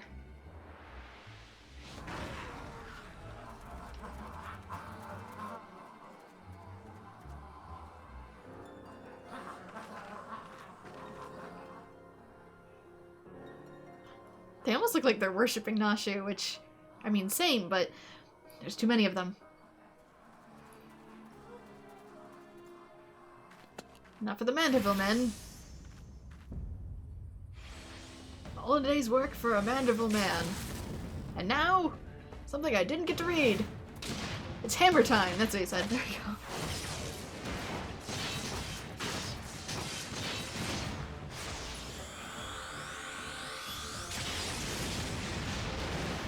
I guess goldsmiths can limit break after all.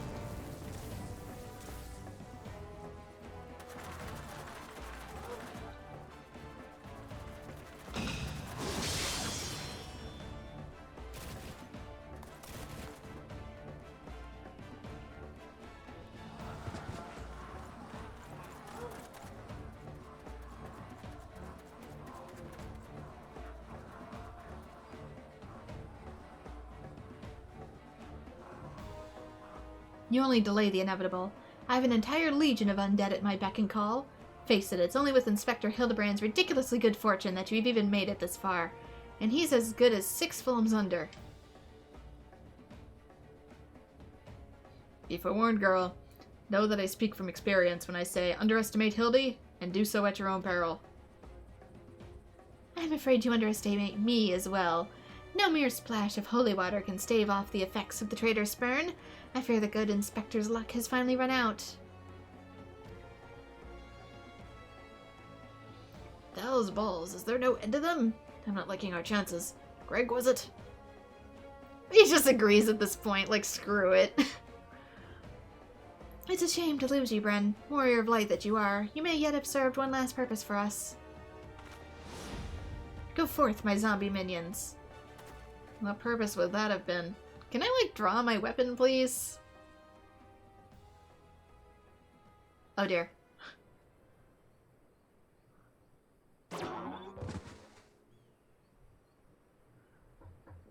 It's happening again.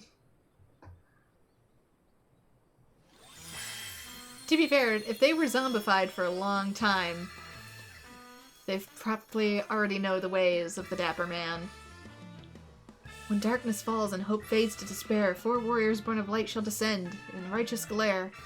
Bugger me with a broadsword. Are my eyes to be believed? That pose. No, these are not 4 warriors of light, what I see.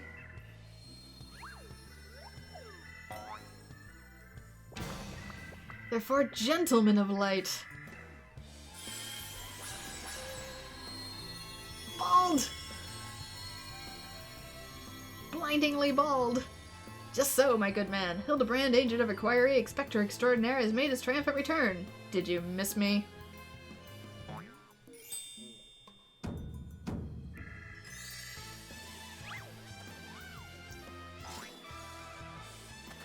Ah, we meet again, girl. Tell me you've got my Snurble tonic, or I'll fashion myself a wig from your lovely locks after they rip them clean from your bloody head. Hello there, Mr. Elazar. You're looking absolutely resplendent today. Impossible. The holy water couldn't have cured him. It didn't.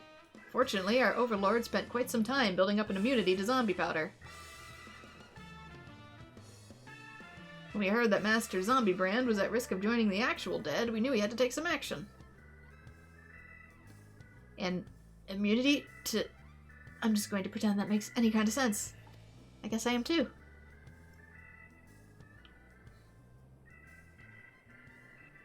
He was immunized by his time with the actual undead, maybe. Or possibly even spent his one. The game's up, Miss Ellie. Pray abandon this madness. Besides, plot of mass murder hardly suit a lady like yourself. He caught that OG zombie virus. He can't be hurt by the powder anymore. You can't zombie somebody who's already a zombie and then he just got cured of his original zombie. It's over. It's all over. Inspector Briarden, you said there was something you would tell me when this was all through. I imagine you have no words for me now. Which is an actual Final Fantasy mechanic. Like in 10. If you have zombie, it actually prevents instant death. Ellie, your powers of deduction are wanting. You said that you had lost everything and everyone you had to lose, did you not? As for me, I have found something, someone, whom I intend to never part.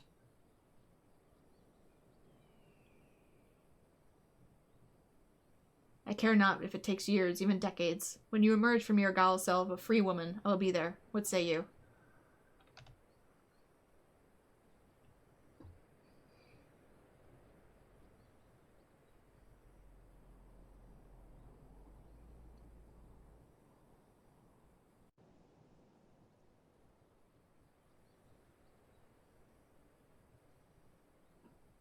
Yeah, there's a point in the game, too, where it's actually good to leave some of your party members zombified.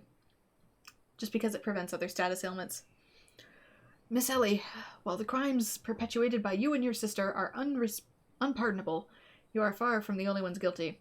On behalf of the Syndicate, I offer my apologies for the false aspirations cast upon by our ancestors. You said the nation of Ul'dah was built on lies. Seeing what I have seen today, I cannot deny your words. I will not be an easy task to rewrite, nay, restore history, but know this. I will do everything in my power to bring the truth to the fore.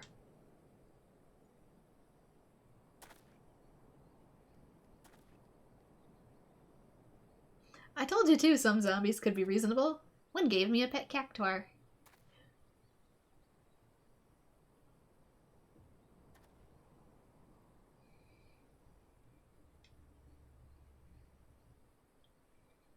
So,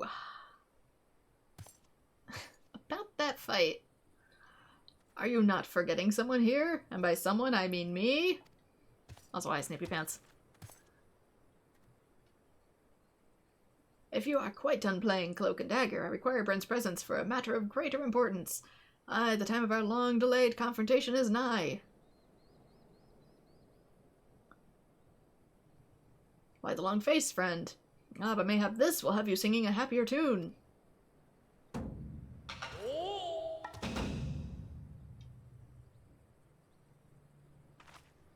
Could it be? The tree blade. The true one. At last. How did you get it? None other, and I have not the slightest intention of parting with it, save to the one who would defeat me in single combat. Ah, but I misspeak. It will not be single combat this time. Is that my cue, old friend?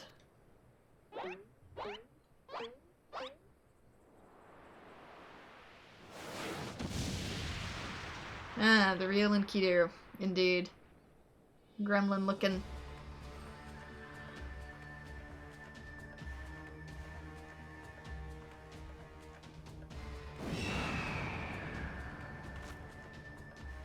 Thou be merciful. What is that abomination? Some new breed of void scent? Final Fantasy V creature, technically. Abomination. I'll thank you to address my companion with courtesy. But 'twas the most curious thing. There I was, hauling a crate full of crystals for Hildy's mother, and thinking how much better things would be if my dear friend Enkidu were here. Then came a flash from the heavens, and the next thing I knew, there she was. By the gods, it makes perfect sense. Doubtless the crystals heard Greg's heartful plea, summoning forth his friend. Nay, no mere friend, but rather the primal Enkidu. I told you it's probably And the world has now completely, utterly ceased to be bound by the laws of logic. Bren, you may have bested me in the past, but facing the two of us together will not prove so easy a task. And yet, I trust you will not shirk from the challenge. I, Enkidu, and I shall await you at Ampedor Keep.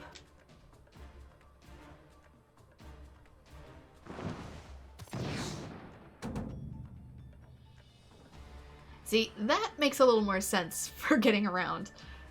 'Tis a ways from here, but what better venue for our climatic confrontation? If you would claim the treaty blade, then claim it from me as a warrior. To the skies, Enkidu! To the skies! But what happened to Chicken Enkidu? He served you faithfully for so long. 2 against 1, that's not very gentlemanly of you, Greg. Come, Bren, to the Ampedor. I just realized it's pronounced Amdapor. Ampedor. God damn dyslexia. I hate it so much. I wish there was more spoken dialogue in this game. It would help me out so much. This is a grave development indeed. To think one man could summon a primal on his own. I must send word to the Scions at once.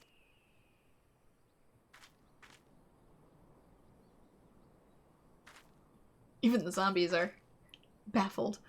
Oh, but of course, I had near forgotten we had a warrior of light in our very midst. Please, you are our only hope to slay the primal and reclaim the blade.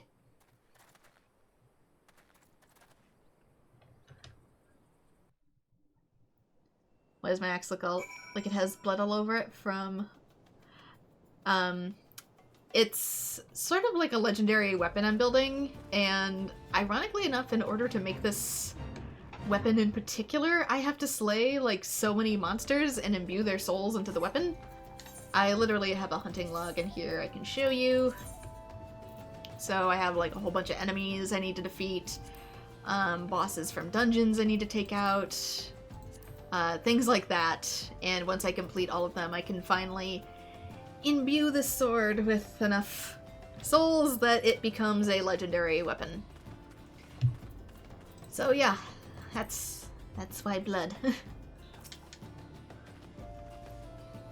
Look at the Inspector go. I'm right behind you, Inspector. Oh, I knew that if anything could bring Hildibrand back from the undead, it would be my dear wife's hand mixed holy water. That's world-class culinarian I married. 1 second. Let me... Oh yeah, somebody did actually boot me. Mid-cutscene. I thought maybe, just maybe, the sound that it played, it was a chat sound, and it played so perfectly timed. I thought maybe it was part of the quest, but it wasn't. Somebody actually pooped me while I was mid-cutscene. Although, that ends well. Hildy's undead acquaintances were kind enough to make an appearance at my request. Who'd have thought zombies could be such gentlemen? I reckon it must be my son's good influence. It really is. I'm sorry for deceiving you. For what it's worth, it wasn't personal. The Gentlemen of Light. Oh, they were as ready in as I pegged them to be. One day, I'll be a hero myself, just you watch. After 400 years, this might be the end of the Arbiters of Truth. Whether or not to replace the Fallen is a decision of my superiors to make. In either event, I have decided to renounce my position.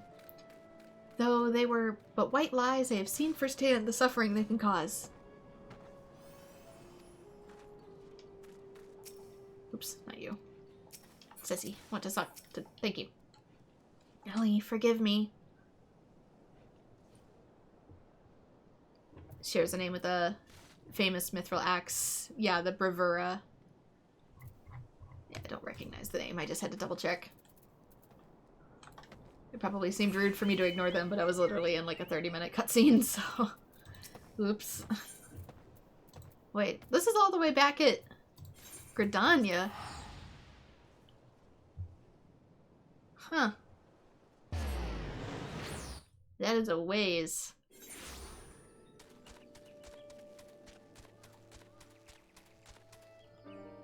This way.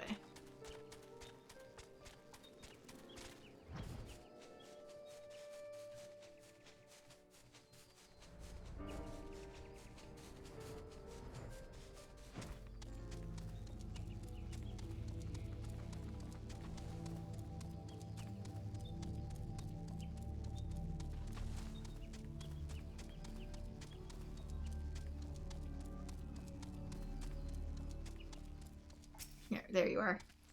Oh. Again. Is that you, Bren? Pray forgive me.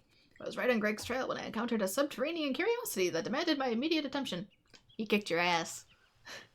I'll be concluding my investigation forthwith, but in the meantime, might I trouble you to entertain Greg and his primal friend in my stead? Together we will reclaim the treaty blade from the knave. Yes, just go ahead. I'll be right along. Battle at the Big Keep is now accessible.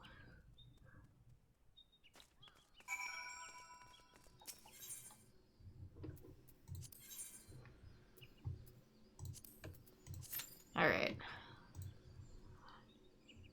Well, not an axe, it's bravura, the Italian for bravery. It's used in artistic performances of music, specifically a competitive exercise, vocal or instrumental, that is designed and intended to show the absolute extent of the performance abilities, talents, and virtuosities. Okay. I like that it's kind of related to music, then.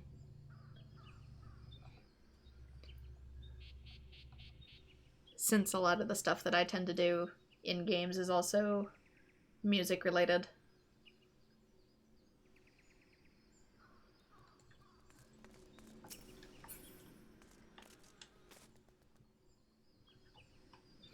Same even with my username. A lot of people think the Aether part of my username is like a Genshin reference, even though I've been playing making Let's Plays and using this username long before Genshin ever existed.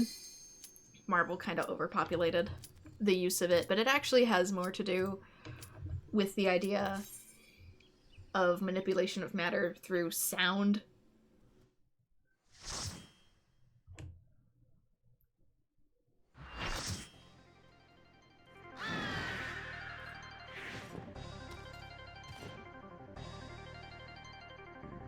Seeing as it's based more on elements in Middle Eastern mythology. At long last, we meet again on the battlefield. I dare say Enkidu shall come to enjoy our fight. You, however, might not find this one so enjoyable, unless you enjoy getting pounded senseless. Phrasing!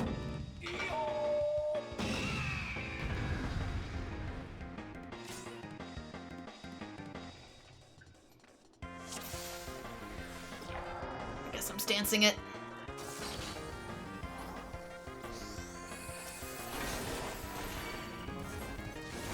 Do I take I'm guessing I'm taking Gilgamesh and they're taking Enkidu.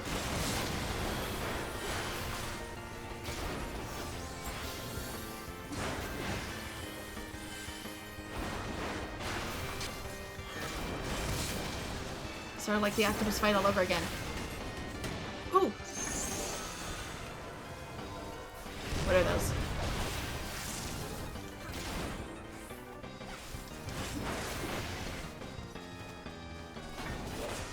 I take it those are more for you guys to deal with. I always expect him to go further, which is why I'm throwing the axe.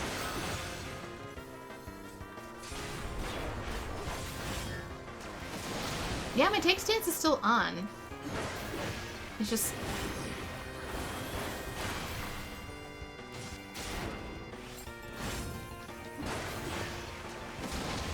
weirdly aggressive. Hey, face me! Not like that.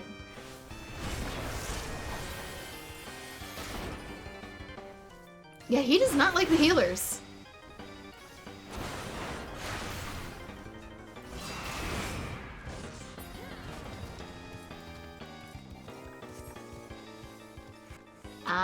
Going forward. Enkidu has been slain.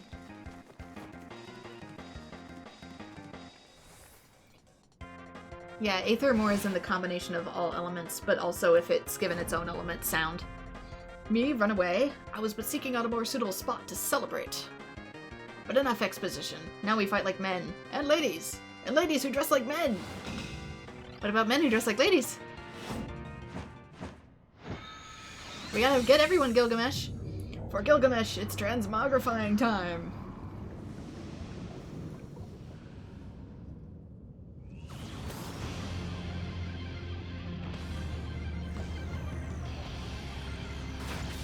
Ah, there we go. Normally he has more arms.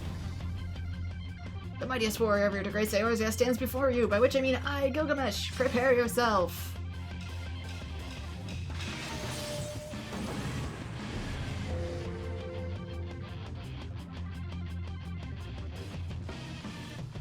Sorry.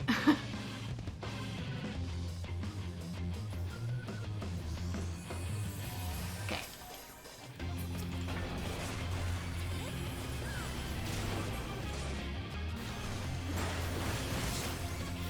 If we both stand here, it shouldn't be a problem.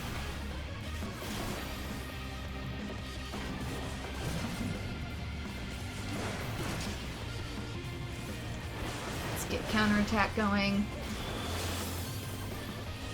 Ooh, what's this?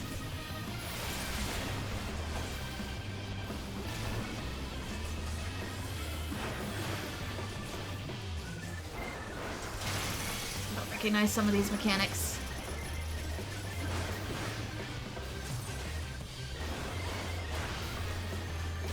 Should I be worried about that?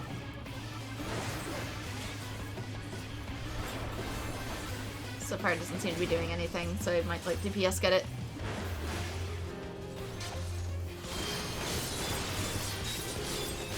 Oh wow, stop.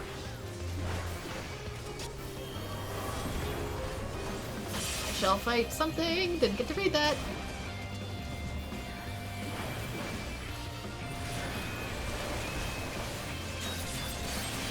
Don't stand in pain, got it.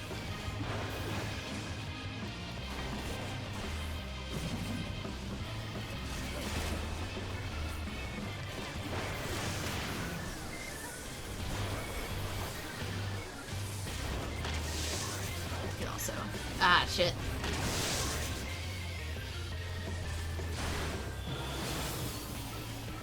This appears to be the lighter one. Switch.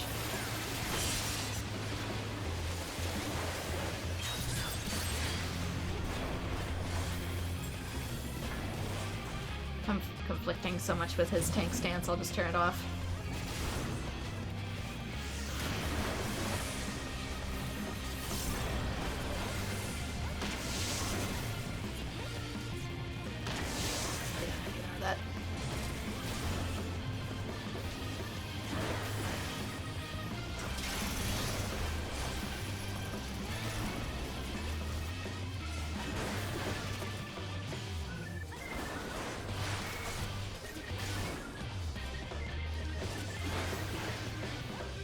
Anybody got a limit break they'd like to share with the class?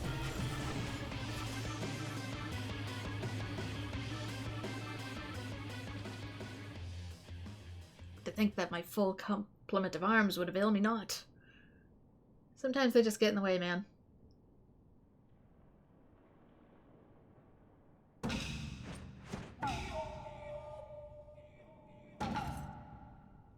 No more hijinks from Gilgamesh, you have my word. The Treaty Blade 2 shall be returned, just as soon as I remember where I hid it. What do you mean where you hid it?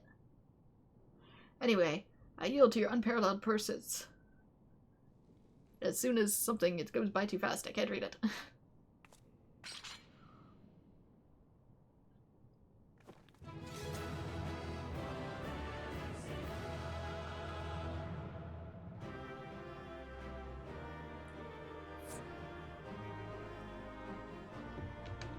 Okay, there we go. Player commendations.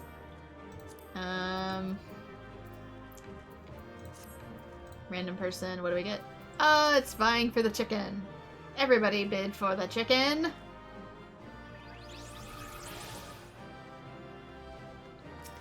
And Luco gets it.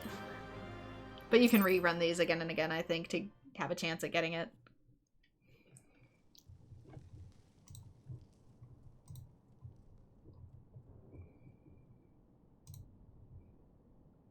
Aww. Chicken and Kido came back to you.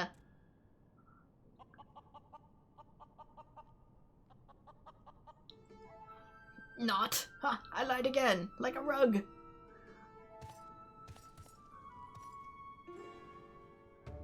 You could take that fussy old blade for all I care. A thirst for true power, not save the strongest of swords, will suffice. Warrior of Light, you have proven a worthy opponent, but I warn you, treasure every moment with your weapon.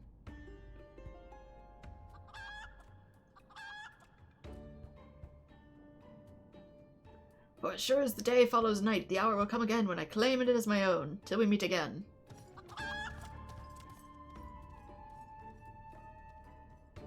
Is it left behind here somewhere? I find myself frantically searching the background to see if it's just laying on the floor. The paladin weapon is based on the katana, also known as the Sword of Mercy, is a ceremonial sword used in the coronation of British kings and queens, one of the crown jewels of the United Kingdom, and its end is blunt and square to symbolize mercy.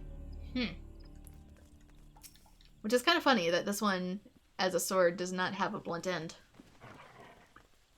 Even though some swords in Final Fantasy do. What ho! Have you seen Greg and his oversized avian companion? Lead me to them at once, and we shall deliver the coup de grace together. Too late. The battle has already been won? This is triumphant news indeed. Clearly the lessons you have learned from me have not been for naught.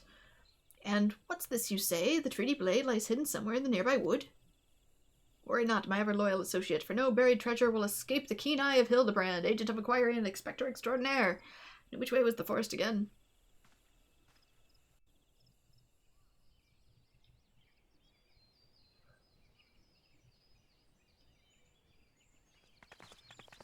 What do you mean, which way is the forest? It's all forest. Did you really drag them as prisoners all the way from Thanalan? Ren, what news of the Primal and the Treaty Blade? You couldn't, like, throw them in jail while we waited? Remarkable. I knew the Warrior of Light would emerge triumphant. Let us hope that Inspector Hildibrand enjoys similar success in finding the blade. Such design, such craftsmanship, at once bold and powerful, yet sensitive and refined. I believe I've found the inspiration for my next masterpiece. Of course they're beautiful. They were the greatest treasures of lost Sil'dih. To think that they were locked away in the vaults of those who destroyed our homeland and dragged our ancestors' name through the mud. And just how did you come to know of these long-lost relics? There was an ancient scroll passed down in our family, left to us by our dear grandmother. It spoke of the 4 warriors of light, their 4 relics, and an incantation of untold power. If we could have wielded this magic of legend, Ellie and I might have had our last laugh. Alas, speaking of the words has no effect. Only a warrior of light can wield the power, and so the legend goes. Oh, but I wouldn't have given to see it. The ultimate achievement of the greatest mages the realm has ever known. And just what sort of incantation is this? The rings cast open the doors of justice. The wise man whispers a verdict true. Azima's virtue shines down from the heavens. To complete the incantation, the warrior of light would then hold forth the treaty blade and speak, "Blade in hand, I swear unto you." The legends differ as to what happens next, but all speak of a great holy radiance shining down from the heavens. Over here! Hildibrand, Agent of Inquiry, Inspector Extraordinaire, returns with tidings most triumphant! The pose, man.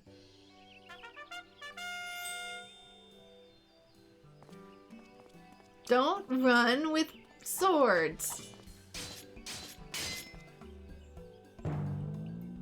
Behold, safe in my hands, none other than a treaty blade, and the real one this time, I swear unto you, even though I've scuffed it into the stone, and therefore it's going to need to be buffed. Yes, yes, just like that, I swear unto you then. My word, whatever is this odd tingling sensation?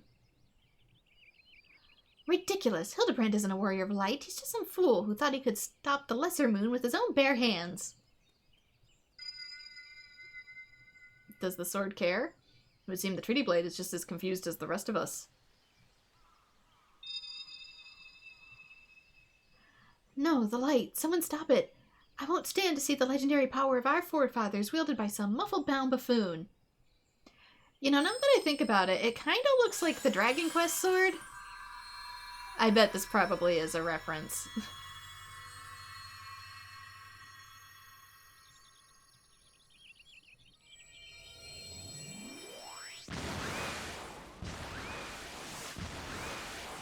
Skyward ho! It's fine, he's got an arch trajectory, he'll come back down. Well, I dare say that proved to be a most useful incantation indeed. And so the light of justice that shone from the treaty blade banished the shadow, returning peace to the land. So the legend ended. I must say I never expected to be quite literally a beam of light. I suppose it wouldn't have been much use to us after all. Seems like something somebody made as a joke.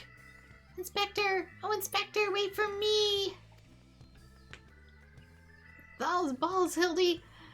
First you almost died at your poor mother's feet, and now you fly off to God's knows wheres without even giving her a good kiss goodbye?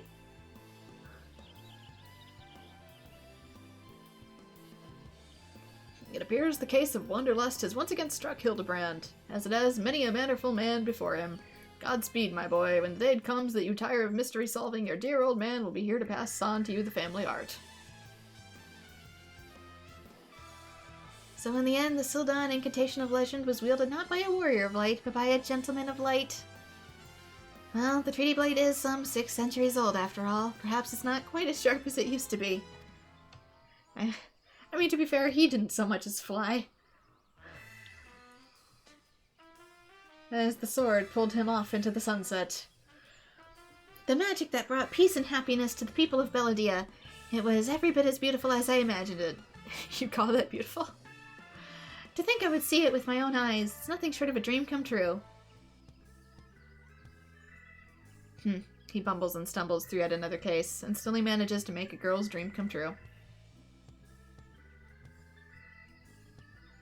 I mean, it's more like he Coke and Menthosed his way up into the sky, but a gentleman to the end. The bloody bastard.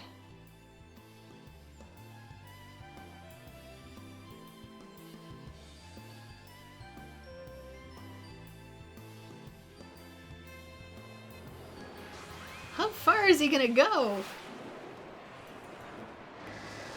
Damn, rocket sword. How is anybody meant to wield that? What is the purpose?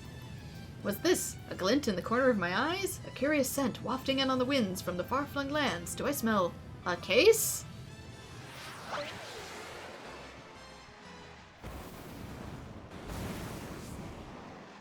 Worry not, my friends, for whatever the wronged want for succor, I, Hildibrand, shall be there, till we meet again. He really is flying. With a sword. Where it gets its fuel from, nobody knows. I don't know if I want to know. But we get a wind-up gentleman, so a pet Hildy, a Manderville coatee, Manderville bottoms, and the smile. We can now make the emote smile. I do recognize Gabolg, meaning Spear of Mortal Pain and Death, yeah.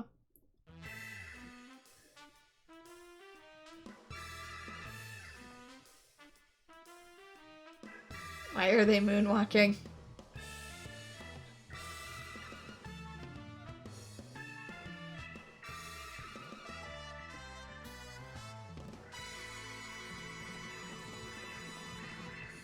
Hildibrand will return? Question mark?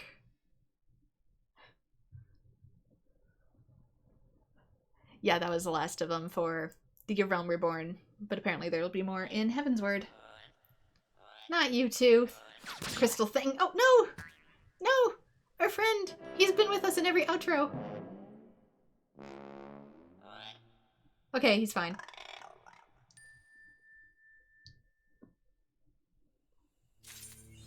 Don't take dear spaghetti monster away.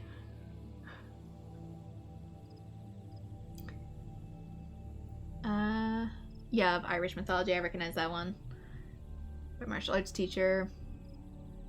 What point you get to wield a katana? Yeah, that's going to be level, around level 50. So that's going to be samurai class, and I'm going to do classes based off of when they released, so I don't bog myself down for too long in A Realm Reborn. So let me check. Final Fantasy XIV classes, jobs classes, whatever. Let's see, when did they release? Samurai was released in Stormblood, so I'll be getting to that in the Stormblood expansion. So we're currently in A Realm Reborn. The next expansion is Heavensward, and then after that is Stormblood. So during Heavensward, I will do the Dark Knight, Machinist, and Astrologian jobs. When Stormblood comes around, I'll do the Samurai Red Mage jobs. I don't know when I'm going to start Blue Mage, since it's a little special compared to the others. Shadowbringers, I will start Gunbreaker and Dancer. And Brocker, I will do Reaper and Sage. And then Dawn Trail, Bren, not Trial, Trail. Everybody probably hates me for that. Sorry, dyslexic. Dawn Trail will be Viper and Pictomancer. Also, rumor has it that there will be a Beastmaster class sometime, eventually, as a limited job, it says, according to this, but...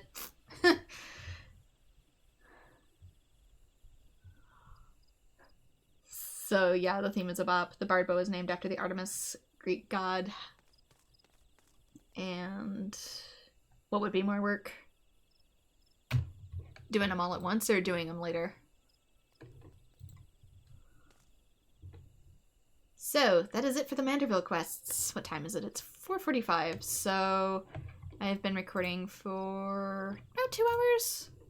I don't know how long the 16 quest is. More work to do them later?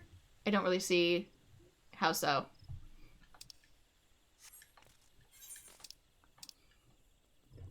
By which I mean I'm just putting the work off until later. I want to say it was in Thailand.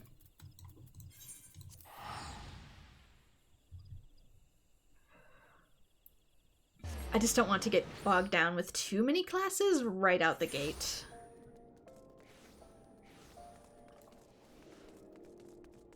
So I'm doing just the starter ones in A Realm Reborn. And I'll do the rest later. Assuming this is the timed one. Neophyte adventure? Yeah, A Land on Fire. This is the Final Fantasy XVI quest. So, the Neophyte Adventurer seeks a warrior of light. This quest is available for a limited time only. Forgive my boldness, but you are a Bren, are you not? Yes? Then my search is at an end.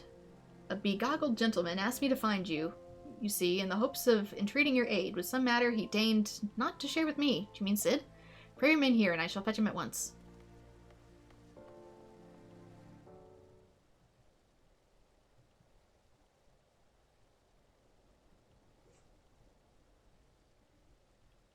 Greetings, champion. Oh, you're the bard. 'Tis I who employed the young adventurer to facilitate this impromptu audience. As for why, I have a request for you that, and you alone, can fulfill. Pray listen well, for my tale begins with the most unsettling dream. In it did I behold the evening sky, boundless and shimmering. As I drank deep in its beauty, I spied 2 stars sailing across the inky expanse, one of purest white, the other blushing scarlet, their courses set such that they might pass without collision. Sharply and suddenly, the scarlet star shifted its trajectory. High above a burning landscape did its path interact with that of the white star. Their conjunction marked a brilliant explosion of light. Even in slumber, I was awestruck by the spectacle. What does that mean? Truth be told, mine own interpretation wavers. My rational mind says meaningless dream, while my artist soul insists on prophecy. Whatever greater means this vision might hold, I'm convinced that the blazing white star represents the warrior of light. In other words, you. And should these potents indeed foretell future events, you are thus fated to encounter the scarlet star, whomever they may be. Therefore, I humbly request that you accompany me to the burning land, from my dream, that you might witness the vision's denouement. I will compensate you for your trouble, of course.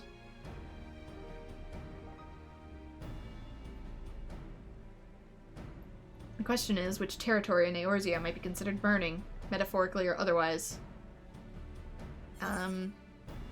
Wherever the Amalja are, probably. Bowl of Embers, where I battled a Freet. Burning Wall in Eastern Thanalan. A place rich in corrupted crystal deposits. They look quite fiery. Probably where I battled a Freet, considering a Freet plays such a big role in 16.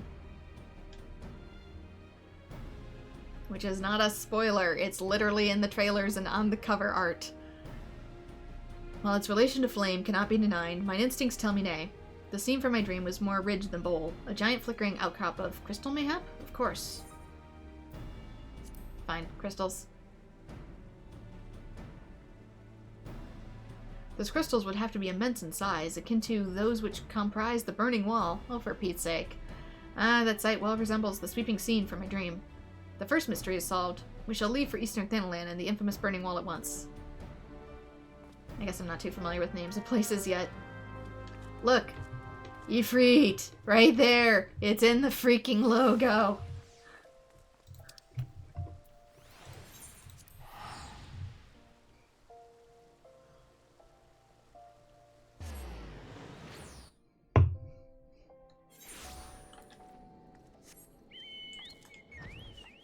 What is yous? Little catfish dudes?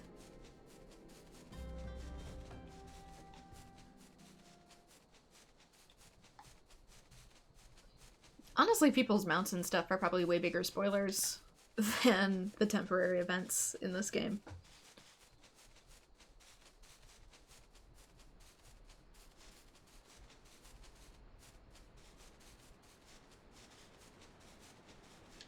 Yeah, this is what I was thinking of. It's just, I kind of forgot that it was called the Burning Wall.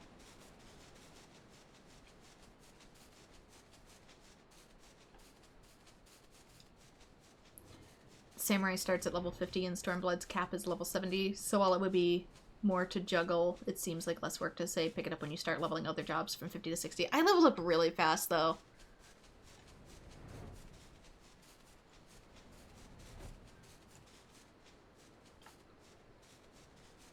Job quests literally only take me like a day or two. In the background, it's just actually finding those time in the day or two to do it. The Burning Wall, an apt name indeed. 'Tis said that the crystalline structures were formed when falling shards of Dalamud pierced the land's ethereal current. Some see them as a symbol of rebirth, a manifestation of renewed life. But that is neither here nor there. Let's have a look around, shall we? Spy glasses at the ready.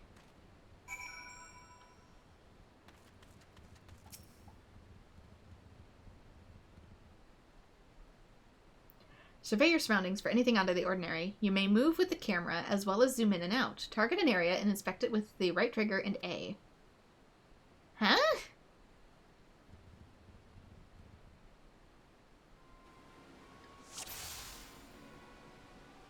Search for the unusual. Survey the burning wall with an eye for anything out of place. Make an unusual discovery. Hello? This is different. I didn't know I was going to do Pokemon Snap today.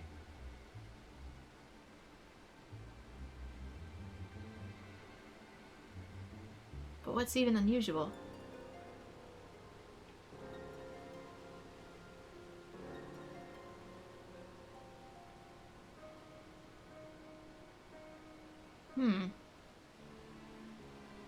This thing, maybe?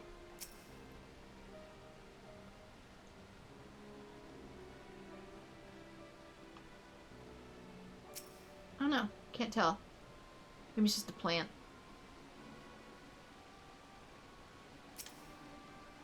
No, it's probably just a plant. Oh, wait. Right trigger A to execute. Nope. What am I looking for that's weird? All I see is crystal, crystal, and more crystal. Would it be in the sky?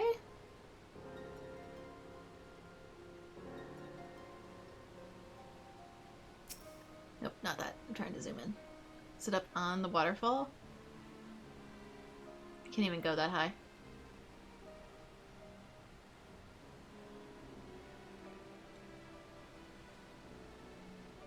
Do I have to be like really zoomed in to see it? Is my monitor too out of date?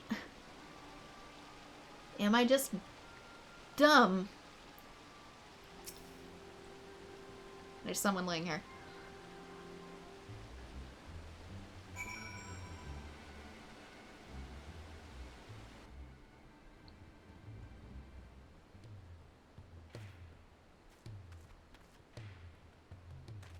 I really had a hard time seeing him down there. Doesn't help that it's nighttime.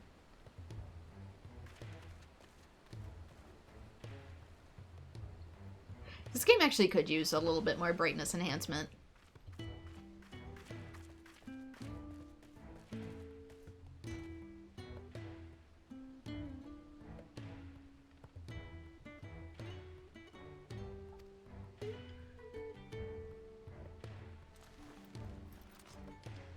Yeah, I figured this is probably 16's music.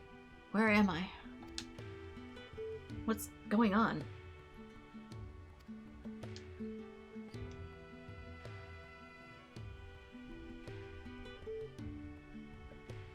You're passed out in the wilderness?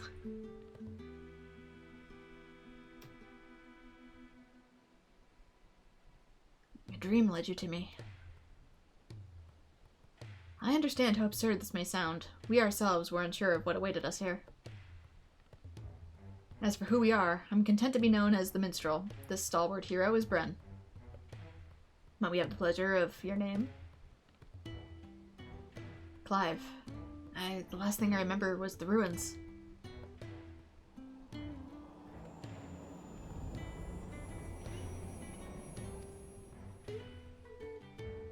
My head. How did I come to be in this place? It would seem you were knocked senseless. Confusion is to be expected. For safety's sake, I suggest we make it to town and have a frontistery physician look you over. I shall see our patient receives proper treatment. Would you mind waiting for us at Scholar's Walk? Actually, aside from the trailer, I haven't heard any of 16's music.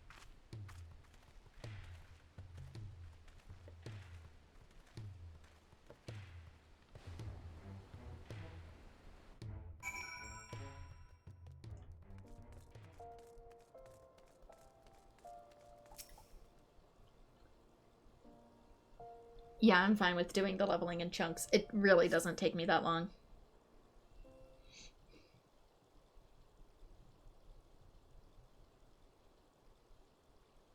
I feel like lore-wise, it would be more fitting to wait, too. Especially since I do want to try and get Around Reborn done before the graphics patch comes out for Dawn Trail.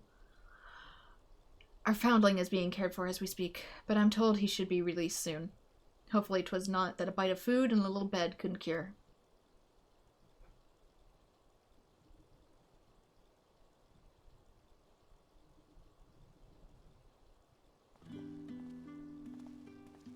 So, does Clive's universe have different species? Or are the horns gonna freak him out? That's another thing I thought of with Noctis, too. Like, clearly I'm just not quite part of your world. There's cat girls and bunny girls everywhere. It was kind of you to wait, thank you. What of your condition? Much improved. The physiker also noted no signs of injury or illness. Yet my memories remain hazy. How did I end up there? Whatever I was doing, it was important, I'm sure of it. I must return as soon as possible. I see. We cannot leave him in this state. We must help him restore his memories and find a way home. What of the city, Clive? Do any parts of Ul'dah strike you as familiar?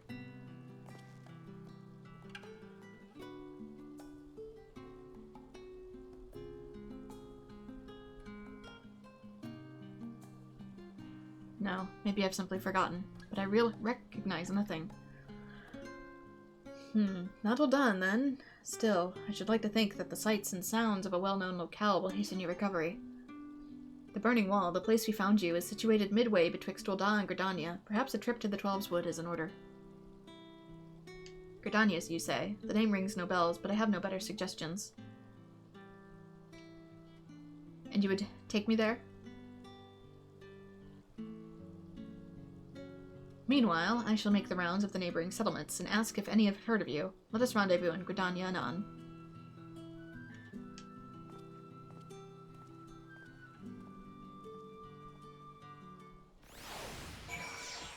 Seeing him in Final Fantasy XIV's graphics as well reminds me of the really early builds of 16 where they used 14's graphic engine. What was Clive doing in the wrong game? There's crossovers occasionally. This entire situation has me knocked off balance, I'm afraid. Ren, was it? I appreciate you coming to my rescue. Still, you must have your own business to attend to. We can set out whenever you're ready.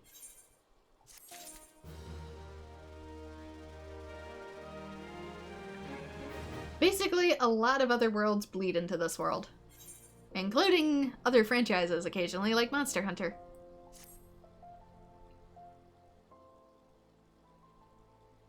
Are we ready? Then let's head out. This Gridania, the minstrel mentioned, is it far? Will we need mounts?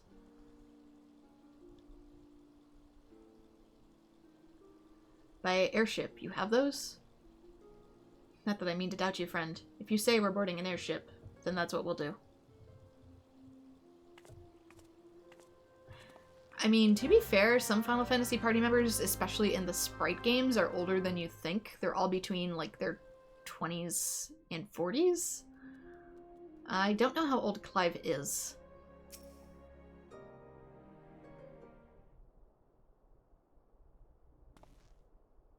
Bren, if I may ask a foolish question, do these airships of yours actually fly?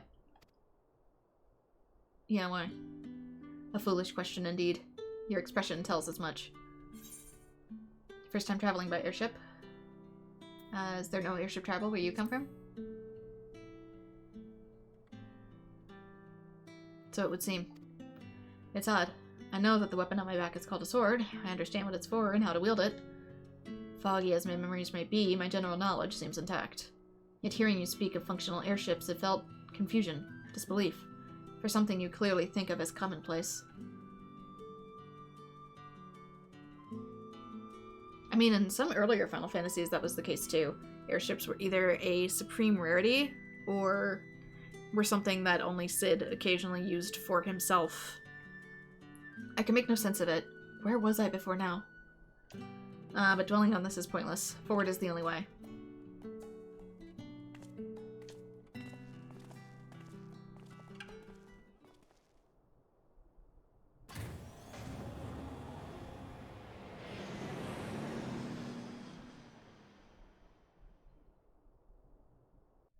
Yeah, surprisingly, a lot of these sprite-based Final Fantasy games, the protagonists are in fact not teenagers. They're in their 20s minimum.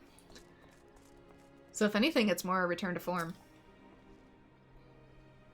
To feel that bracing wind, the deck shuddering beneath your feet as you rise into the sky. My memory may be faulty, but that was an experience I'm sure I'd not soon forget. So this is Gridania, and seems very unlike the city we just left. Where to begin? I think it's best if I follow your lead. Yeah, the whole JRPG protagonists always being teenagers thing really didn't start to take off until more like mid to late PS2 era. Before that, almost everything was an adult character. Clive is now accompanying you. Keep him at your side in order to proceed with quest objectives. You can leave Clive behind by entering a different area or by speaking with him and selecting the option to part ways. If you wish to have Clive join you again, return and speak with him at the original location. Yay, I think we actually get party members now. Which is weird. The city certainly has a different feel to it than Ul'dah. Not only the architecture, but the people as well. So are we going this way? Where are we? To the Carline Canopy and then speak with them. Probably up top.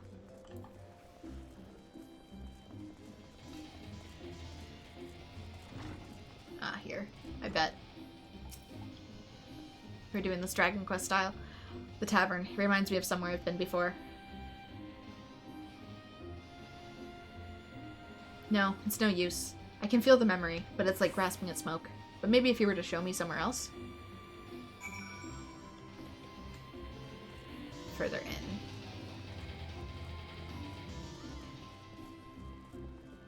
Further in. Down, maybe? Up? Outside?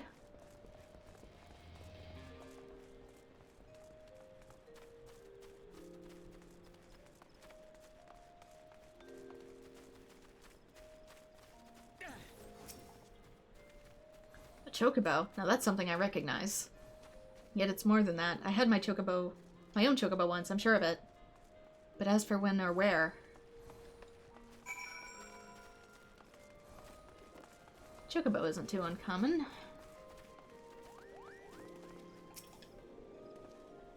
An impressive crystal. Not a mother crystal, surely. No, not nearly large enough. When I try to remember, the fog in my head almost seems to grow thicker. Okay, where to? Adder's Nest, which is further up this way.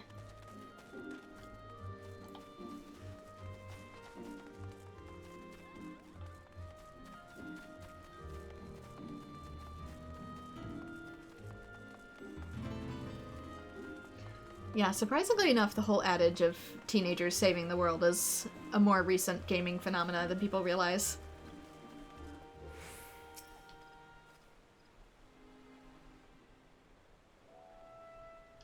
It didn't always used to be that way.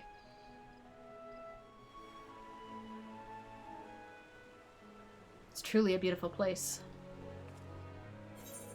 I think because back then, too, a lot of people who were gamers were actually adults to start with. Have you taken a liking to Gridania, then? Have you remembered anything else?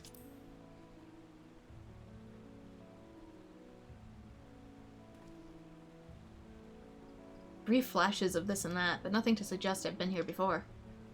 I just can't shake the strangest feeling.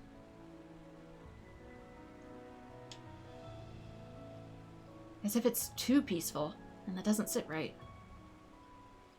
Patrol reporting, Commander. All is quiet with the Ixal. No sightings of Garuda. For which we are profoundly grateful. At ease, soldier.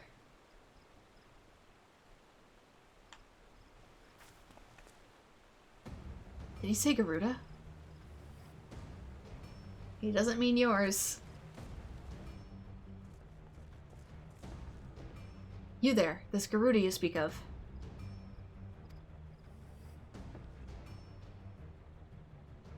Sir, are you alright? Bren, do you know this gentleman?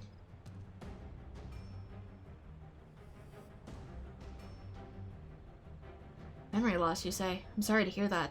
Though it seems Garuda's name has lit a spark of some sort. Was in a battle with Garuda. I fought her, I'm sure of it.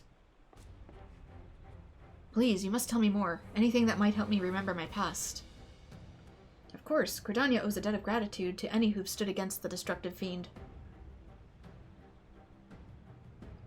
However, there is one more suited to ask than I. Our elder Seed Seer is well versed not only in primal lore, but also the treatment of bodily afflictions. She is surely our best hope for recovery. I will send word ahead to the Stillgate Fane. Stand ready to escort our guests to an audience. Understood, Commander. Pray find me at Nofika's altar in Old Gridania, and I will see to it that you are granted entry into the Lotus Stand.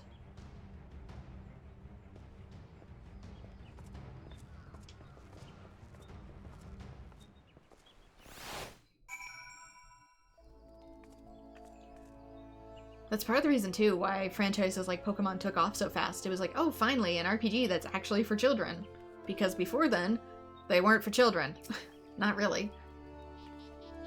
They were for either much older teenagers or even adults.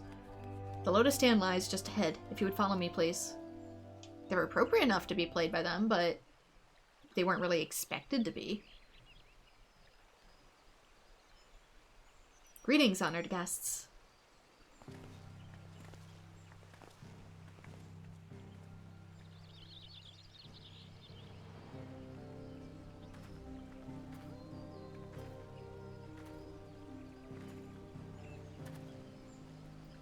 Commander Helio has appraised me of your friend's condition. This is he? A pleasure to meet you. I'm Kana Senna, Elder Seed Seer of Gridania. I thank you for your gracious welcome. I'm Clive, though beyond that I fear my introduction may be lacking. Please, concern yourself not with proprieties. 'Tis your memory loss we are here to address. I am told Garuda's name awakens some previous recollection.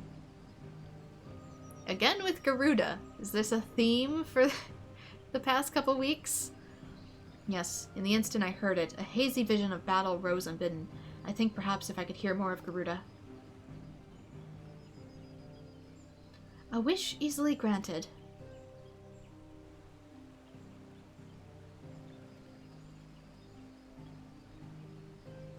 Garuda is the deity revered by the Ixal, a people who once dwelled here in the Twelveswood. She appears as a winged entity, half bird, half woman, who commands the wind itself. Most frightening, however, is her capricious temper, as unpredictable as a howling storm. I should add that Bren has fought against Garuda in her primal incarnation. It's not what you think. A winged woman of volatile temperament, with power over the wind, a fitting description of the opponent I remember. But a deity? No, the will behind that monstrous visage was distinctly mortal.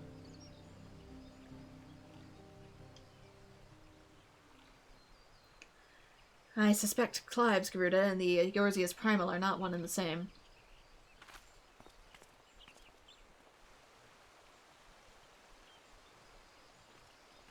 I think Yoshi P just likes Garudas. I think he does. Mainly as Clive himself is not of our world. We got another one! Explain yourself, minstrel. I went back to where we discovered Clive and questioned folk in all the nearby settlements. Not one person recognizes his description. Such a distinctive tattoo, escaping the notice of every local rumor monger for malms around. Improbable, to say the least. That led me to consider another possibility. One consistent with past accounts I have heard of visitors from other worlds somehow stumbling through reality's curtain and finding their way to our star.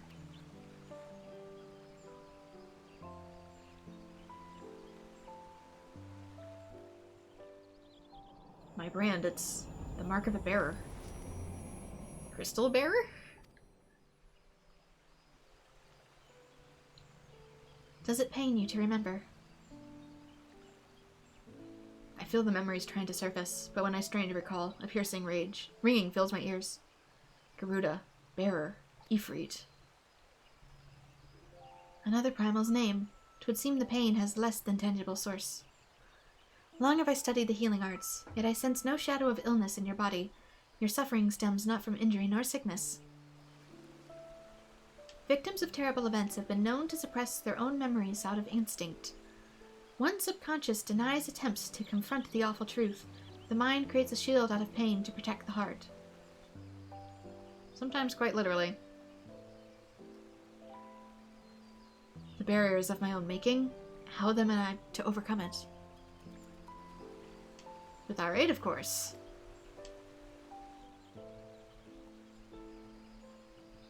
Don't worry, I had another guy like you pretty much 2 weeks ago. Fate has brought us together, and together we shall triumph over this adversity. Maybe it's been closer to a month. Time has no meaning anymore.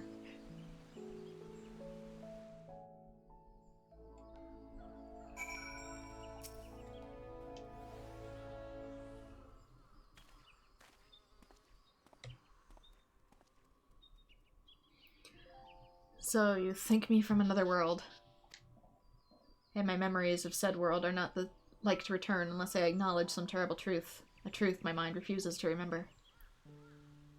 'Tis a confounding dilemma, I agree, and I have given thought to a solution. I believe the shackles which bind your mind may yet be struck off by the heat of battle. A drastic measure, perhaps, especially when not at your best. And you come to this conclusion how and why? Which is why I turn to you. You are the twin to Clive's wandering star. Your involvement is no accident. The path I see is thick with thorns, but if you've the will to walk it, then gird yourself for war and await me at Apaku Falls.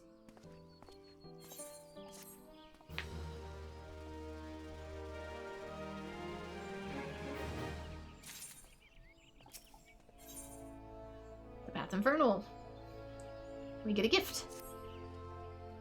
The minstrel has a plan, it seems, but he shares a little beyond the confusing metaphor. Still, I'm willing to indulge him if that means making progress. We're to meet him at Apaku Falls, right? And where is that to be found? God, not far then. Let's get on with it.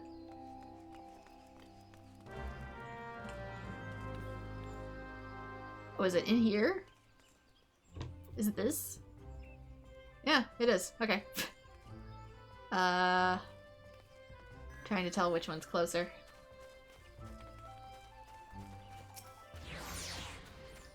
Either Lancer or... I think they're about equal.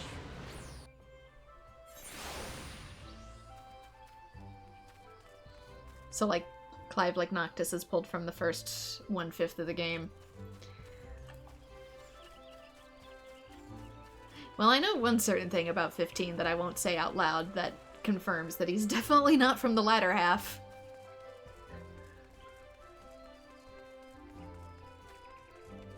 Raisins.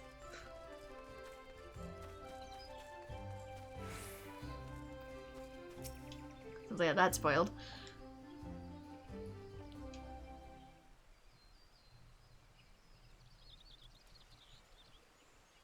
This place? Why here? Because this waterfall is where the legendary Archon Louisoix gathered a band of adventurers in the time of the 7th Umbral Calamity.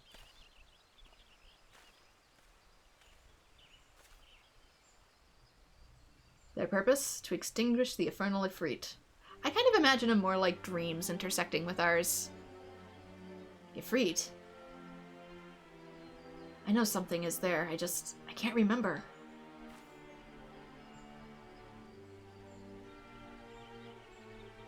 Clive recalled several words of the Elder Sea Seer's presence, words which brought him pain. While the significance of bearer eludes me, you and I are more than familiar with Ifrit.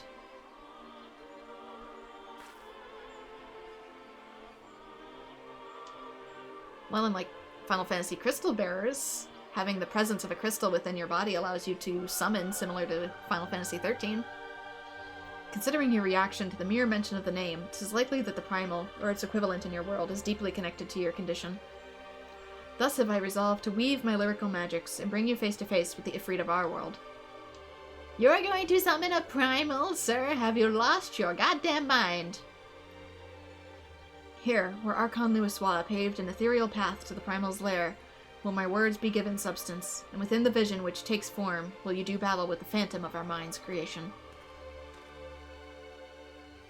Imaginary though this confrontation may be, I fear your suffering will be all too real, yet you must persevere, for your hidden truth will not be unearthed without hardship.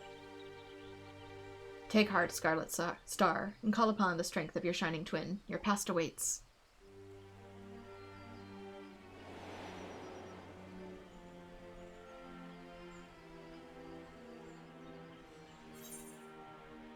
Oh dear. Duty calls. Commence for battle. Proceed, I guess. If I fail, we try again.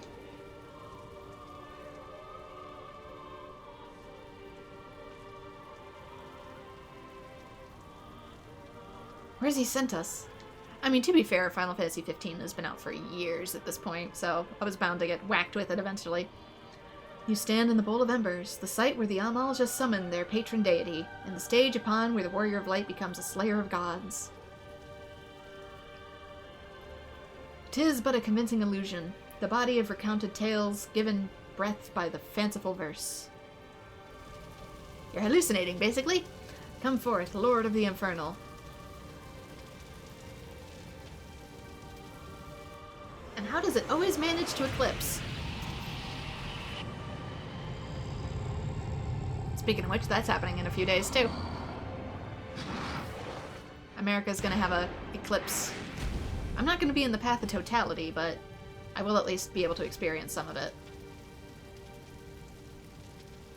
An accurate facsimile, yet not quite the Ifrit you know. I don't know, they're both kind of scrungly. This one seems a bit more muscular. I mean, they are both Yoshi P Ifrit designs, so they would be kind of similar. No, not quite the same.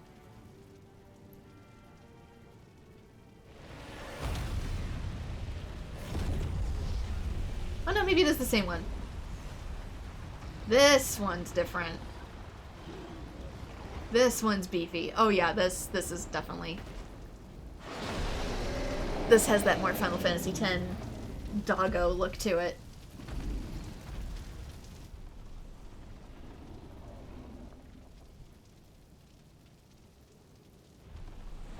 It's not that someone deliberately spoiled it for me, it's just that it existing in its own space eventually crosses enough wires that you get context for things accidentally. It's time to uncover the truth. I'm ready when you are.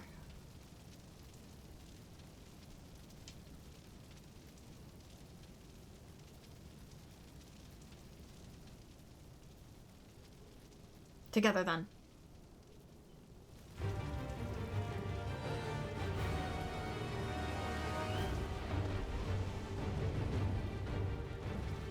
And while I prefer people not to spoil, I'm one of those people where it doesn't actually ruin the game for me. Ifrit. Like, I know pretty much everything about Persona 4, for example, but I still want to play it in full. That's the thing which killed Joshua. Yes, I've been on its trial, seeking vengeance for my brother. Maybe that was a spoiler? I don't know.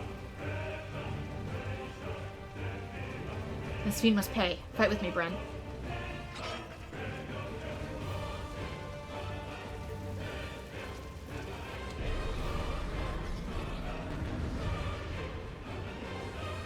So I'll use Persona 4 as an example without spoiling. During this battle, you will gain access to special duty actions as follows. God damn it, not again. Not again, no! Use Rising Flames to charge the foe and inflict high damage. Not again. With the proper timing, you can use Dodge to avoid taking damage, even if you are within an area of an enemy's attack. Certain enemy attacks will be preceded by a countdown icon. When this countdown progresses to the Dodge icon quickly and use the Dodge action. So, 2, 1, dodge. After executing a successful dodge, the dodge icon will change to a precision strike, which provides an opportunity to inflict additional damage. I'll get back to my point in a second.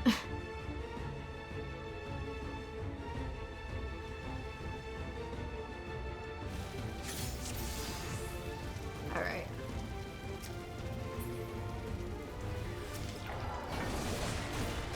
See if I can draw his attention away from Clive. Not very well, apparently. Did I do it? Did I do it right this time? Music, very loud.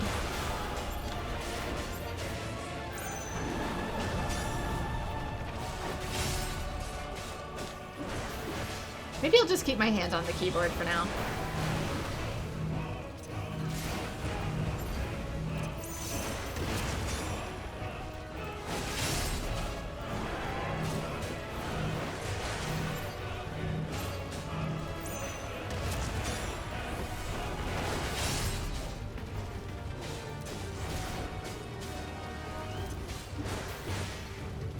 Okay, that's different.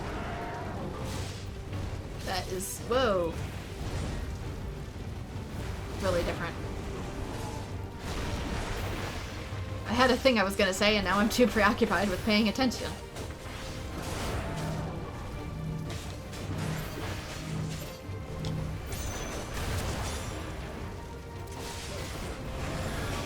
Oh god. Don't know what that is.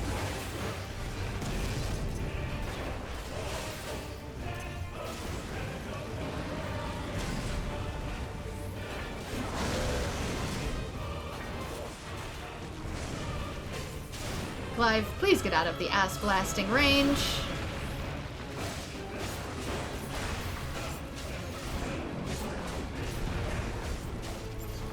Oh wait, there's a dodge command. Oh, it's... I guess it grants me some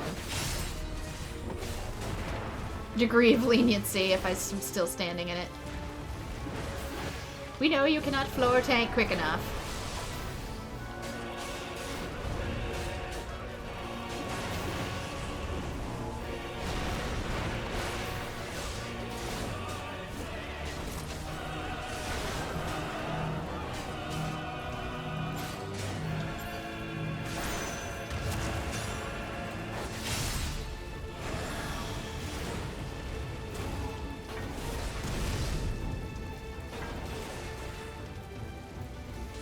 I know I can press the right stick for it, but I constantly fuck it up, so I'm just gonna use mouse and keyboard.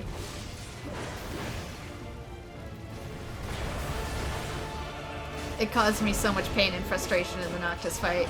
These flames grow hotter, watch yourself. Then you watch yourself, you're standing in the AoE!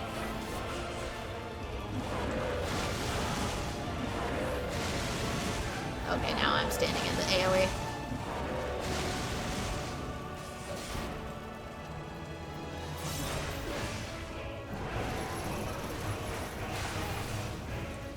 Can't move? Do I need to do something about that? Buy me some time? Doing what? Defend Clive. By doing what? Here? Hey, I actually get to use my axe as a shield.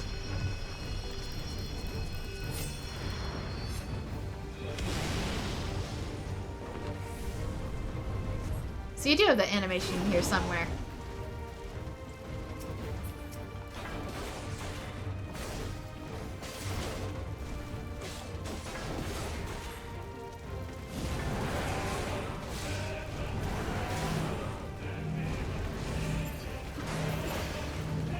Oh no. Ah!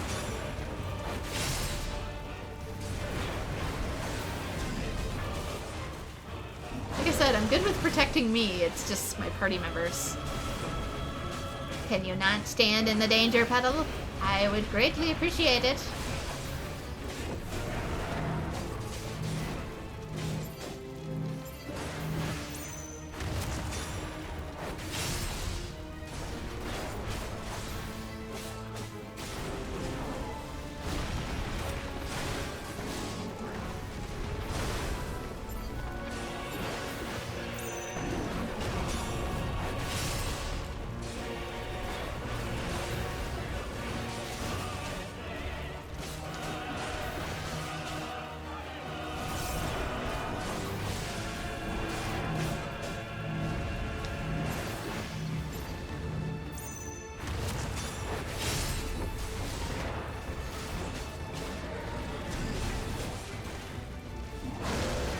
Clive, please, I'm begging you.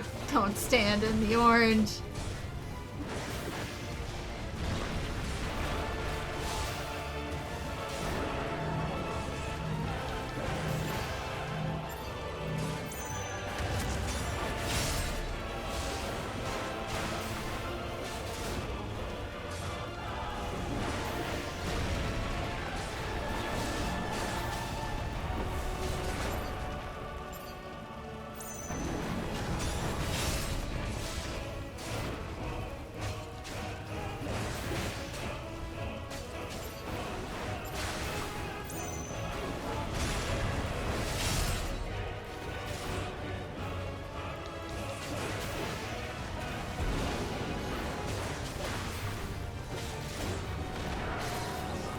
Oh, damn it. What? Don't step on me!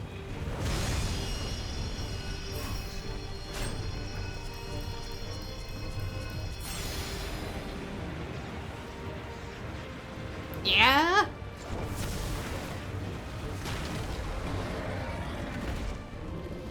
Is that a wing?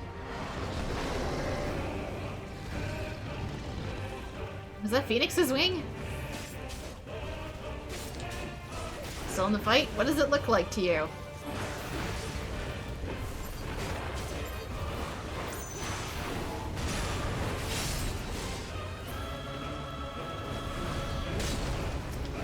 Valid target. The blades, they're feeding in power, but not if we break them.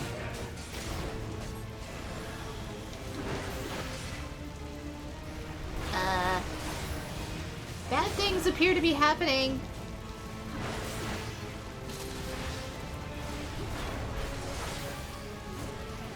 There's too damn many. We cannot rely on steel alone.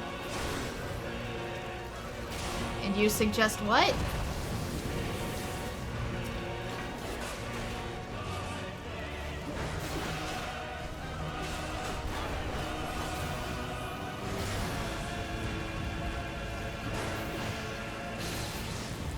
Oh god, ow. Last one.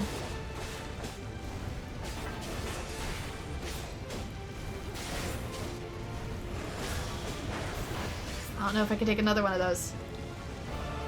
On your guard. He means to unleash hell. Bad news! I'm kind of...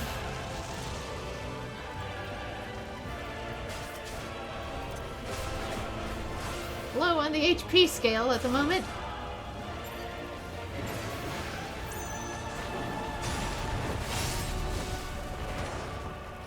Yeah, there was a Phoenix wing.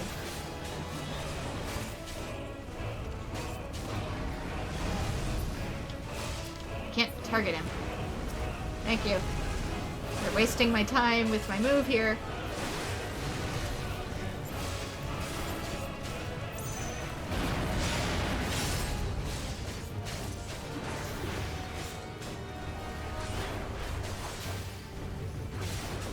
It's got me on my toes with my own healing. I don't have time to power up. I'm constantly trying not to die.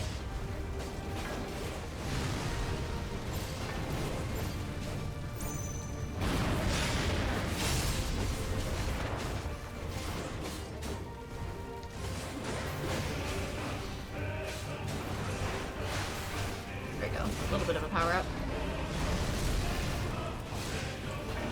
Oh, not enough time.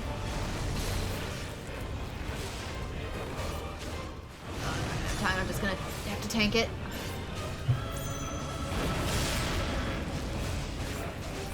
Didn't work? Hello?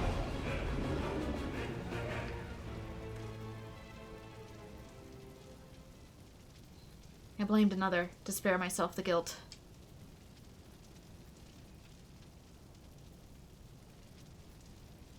I feared that by accepting it, I would lose what little was left of me. But I accept the truth of it now. You are not Ifrit. I am. I was gonna say, I thought he was the Ifrit Eidolon, not the Phoenix one.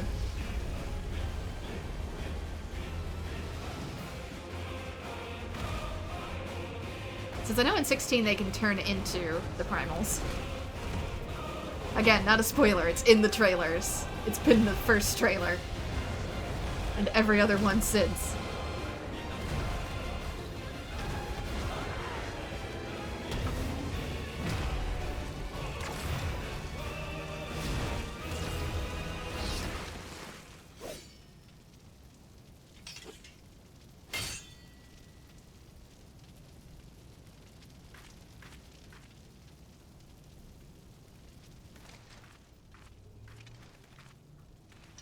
Yeah, you didn't have to protect him quite as much as poor Noctis. In the battle against your own mind, 'twould seem you've emerged the victor. Intriguing.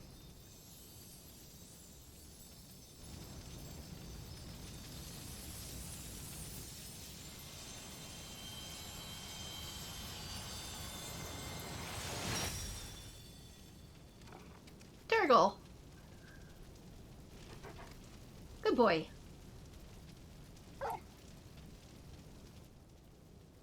Come on. He awaits the snoot boop. Boop the snoot.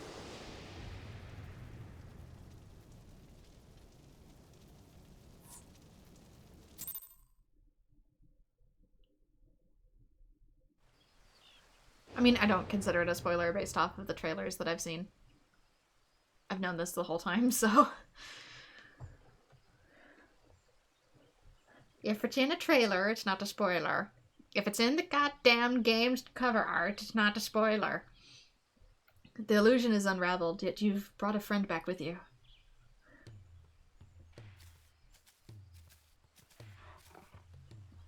I remember you being much smaller, though. This is Torgal, a wolf pup I raised from the duchy. There's no one more loyal ally in battle, and no keeper guide when the road ahead is uncertain. And he likes scritches because he is still doggo. Ah, that would explain the aberration in the lingering aether. Torgal is here to lead you back to your own world. At least it's a dog this time and not a car.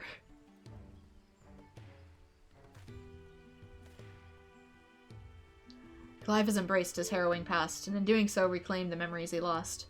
Though not a conscious act, he has manifested his readiness to return home in the form of a trusted companion. Does that mean Noctis's trusted companion was a car? Even though he had, you know, friends on the journey? Even so, it was difficult to accept what I'd done. My younger brother, Joshua, was a kind and gifted soul. The inheritor of the Phoenix's flames, he was destined to become Archduke, as our father had before him, but Joshua was murdered, his bright future cut short.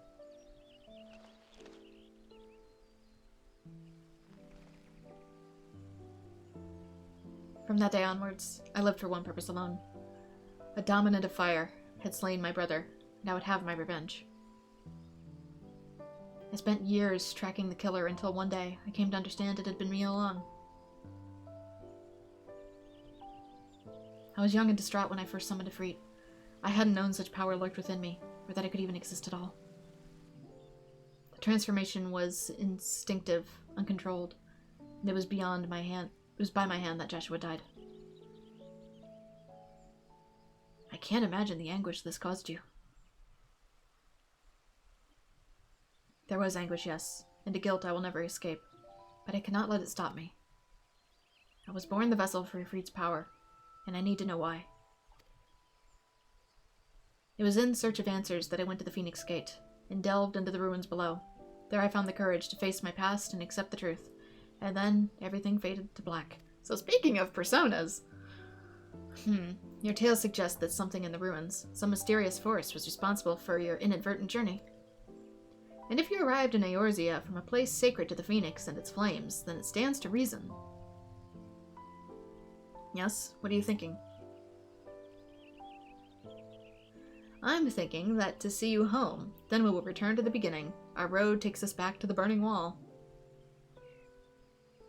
Once there, your furry comrade will lead us exactly where we need to go.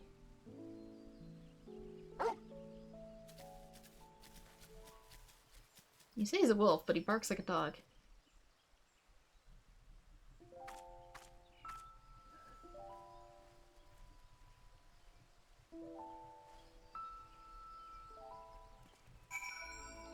Yeah, if it's first hour gameplay, I really don't consider that spoilers. I'm not one of those people where if I have even the slightest whiff of what the plot may be, it spoils the whole thing. As I was saying with Persona 4, since now I can finally talk about it, without giving spoilers to that game. It's something that I know the entire plot of, like beginning to end. I've seen the anime, I know all the spoilers pretty much. Won't say what they are, but the whole mystery to me is not a mystery. I've also played some of the games out of order, so that has broadened my knowledge. But it's still a game I desperately want to play, because to me, experiencing Persona 4 as it is and just going on the journey itself, to me, is more valuable than whether or not, ooh, there's a twist or a turn in the plot that might get me excited. Like, to me, a franchise or a game as a whole is far more important than, like, certain twists it might have.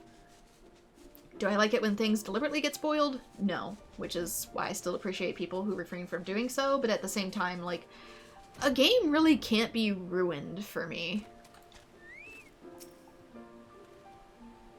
Such an incredible sight. I was in no state to appreciate these crystals the first time. Torgal's ears are pricked up, his senses focused on his surroundings. We've come this far. Now Torgal will be our guide. Such was the purpose of his creation, after all. Ready, Torgal? Take me home. Once you choose to depart, Clive and the Wandering Minstrel will accompany you. Torgal will then begin leading you onwards. Follow Torgal to his destination and try not to fall behind. If you leave Clive or the Minstrel for any reason or lose sight of Torgal, you may try again by returning to the starting point. Whoa! Don't lose sight of Doggo! Thankfully, I'm high enough level that nothing here will mess with me.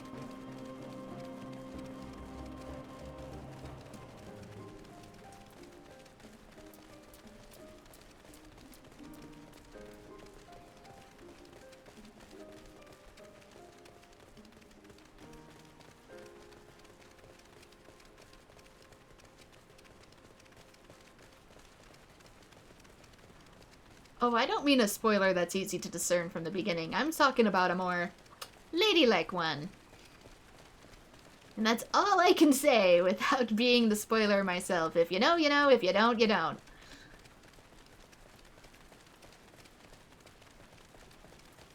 A certain ending, if you will.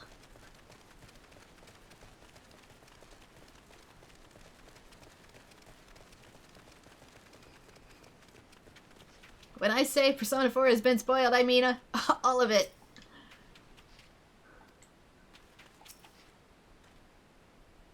I sense the end of this extraordinary tale is at hand. I don't mean the obvious one, I mean like the whole pie. Is this it, boy? The tale ends where it began. Where you first found me? Indeed. I was baffled as to why this, of all places, would serve as a junction between our two worlds, but now I think I understand. You do? Some years ago, Eorzea was visited by a cataclysmic disaster known as the Seventh Umbral Calamity. Yet even as fire and ruin threatened all that we held dear, the world underwent a mystic renewal. 'Twas as if the star was reborn. Our theory attributes the miracle to a benevolent entity, claiming that the undying phoenix flared into being to save us in our hour of distressed need. The phoenix?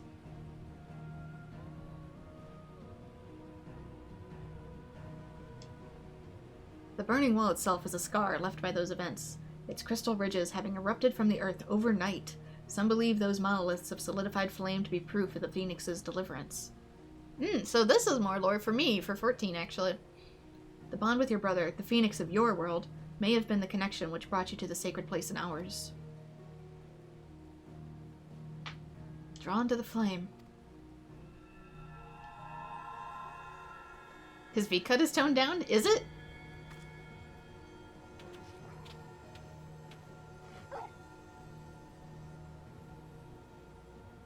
It seems our time together is at an end.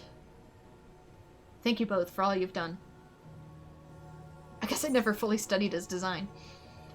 Press on, no matter how daunting the hardship, or the bitter the truth.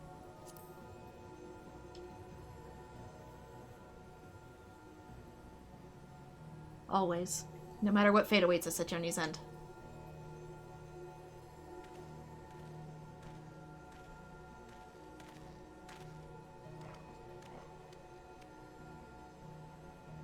Come, Torgal. We have answers to seek. And Valisthea awaits. Hope I said that right.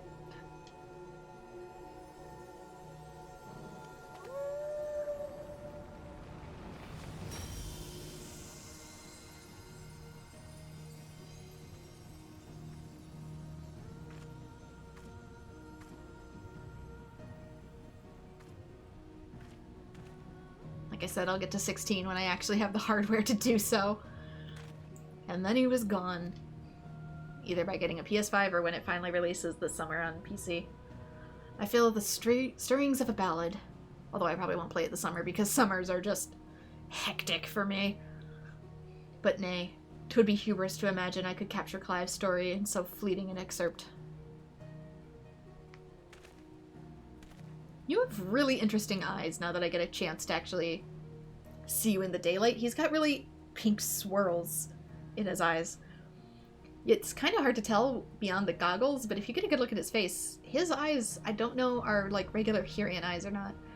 What honor belongs to someone else, someone privileged to see his tale to its conclusion. Sadly, the power to peer into other worlds was not granted to me by this day's miracles. I don't know about that with you. I wonder, however, if you might manage it.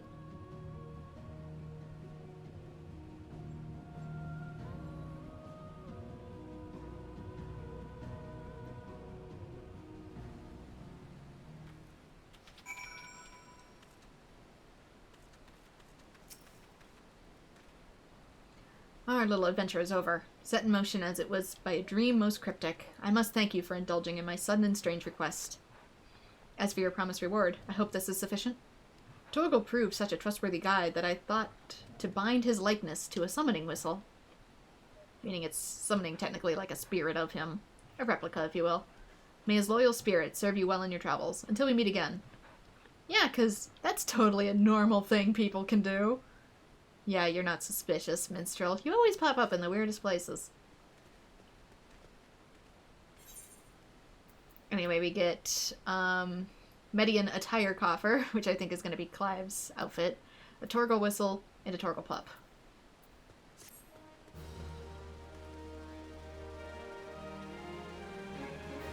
You can now exchange MGP for special items by speaking with the Gold Saucer attendant at the Gold Saucer.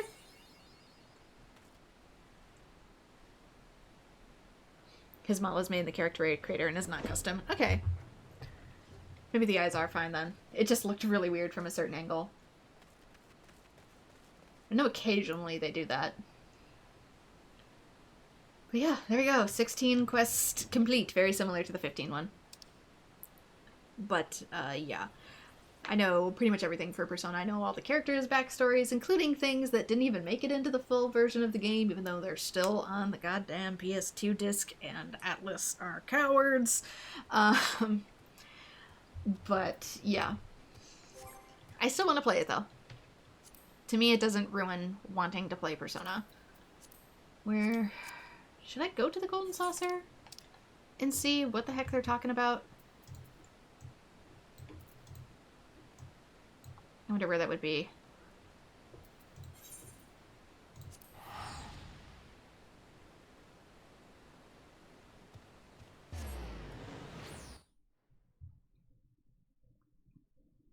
It's the card in like 7 songs from 16 in the Gold Saucer? What card? Card?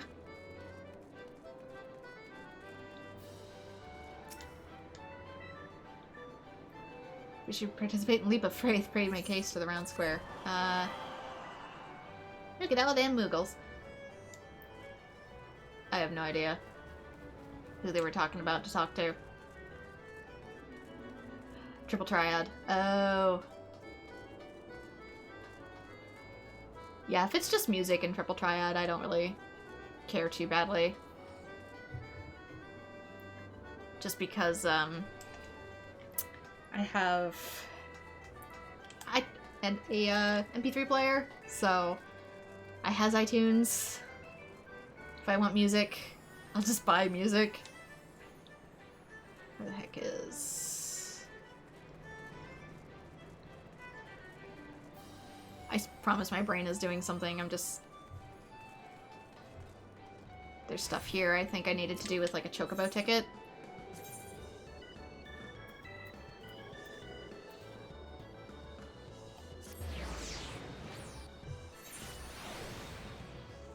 Try and get some of these quests out of my rotation. Ah, there you are, my darling. I've been waiting for you. I'm Velida, and I'd like to personally welcome you to the event square. The most spacious of all areas in the Gold Saucer, the event square, is a veritable cornucopia of pleasure and delight. Doubtless the sizable stage in the middle of the square has caught your eye? That is the scene of some of our most sensational attractions. Don't be shy about taking center stage. And after the curtain has fallen, why not try changing your life forever? At this jumbo jackpot, all you need is a handful of MGP and a head full of dreams. Just choose 4 numbers and cast your hopes to the heavens. You never know just when Namiya will smile down upon you. Now, as much as I've enjoyed getting to know you, I'm afraid it's time for us to part. The next and final leg of your tour takes you to the round square. Don't think too hard about the name, my darling. Even I'm not sure what it's supposed to make sense.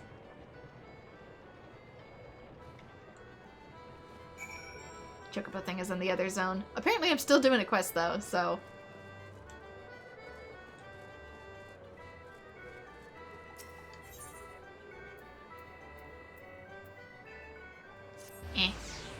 I might not have unlocked the other crystal.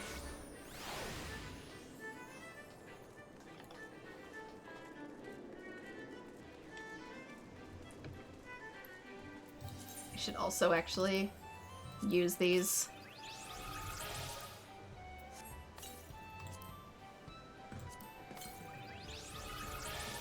So that they actually appear in my inventory and I don't goof it up. Let's see. Minion Guide. Jogglepup. According to the Wandering Minstrel, the beast who appeared at the aid of the stranded Clive was a guiding spirit born of its master's memory. So impressed was the ever-insightful musician by the creature, he decided to recreate a younger version of it, which despite its diminutive size, already possesses the indomitable spirits of the fine hound it will one day become.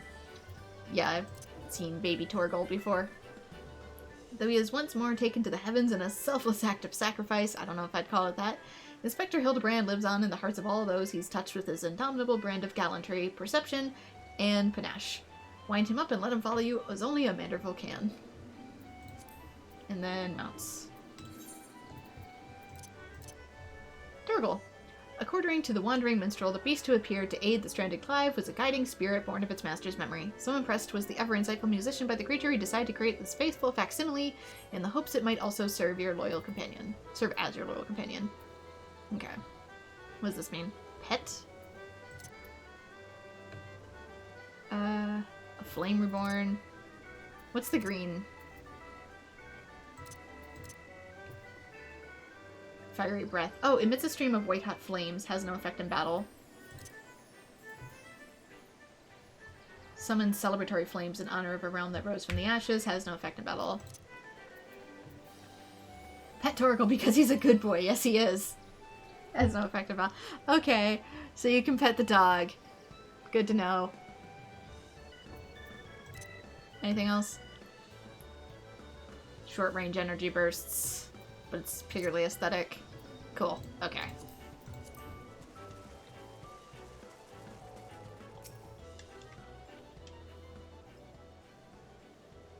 Are you the first-time visitor I was told to expect 1,000 welcomes to the Gold Saucer and 1,000 welcomes to the Round Square. How can a square be round, you ask? I'm not sure I understand the question.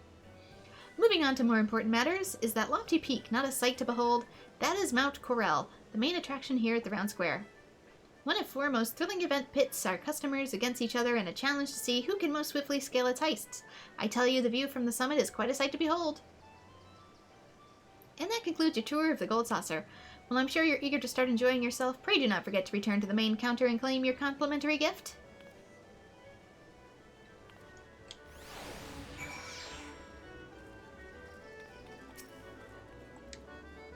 Yeah, I didn't attune to this one, so I couldn't warp to it.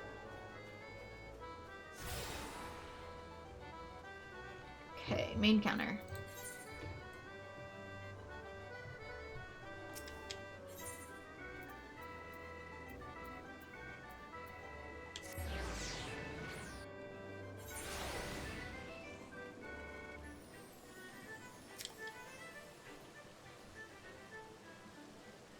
Welcome back, honored guests. I trust that you've come away from the tour with a greater appreciation of all Gold Saucer has to offer.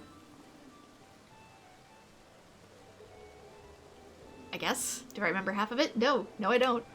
As a token of our appreciation for your patronage, it is my great pleasure to offer you a complimentary gift from the personal vaults of our esteemed proprietor. Well, knock me down with the chocobo's tail feather. Is that the new customer I see? I could hardly have picked a better time to drop in for an impromptu inspection.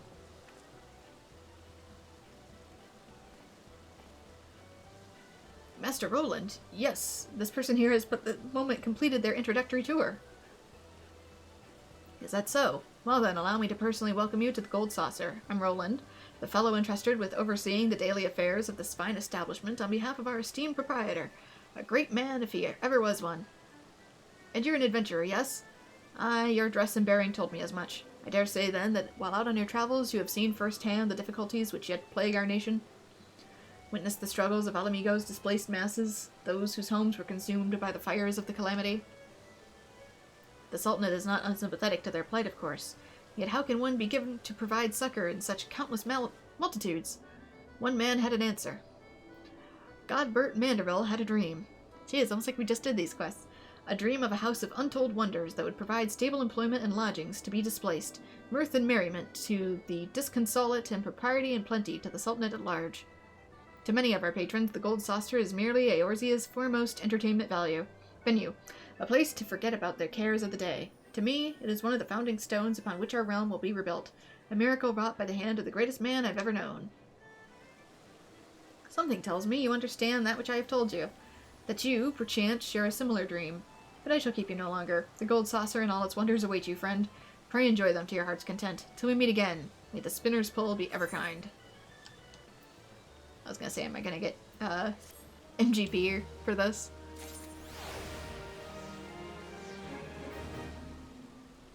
There, one down.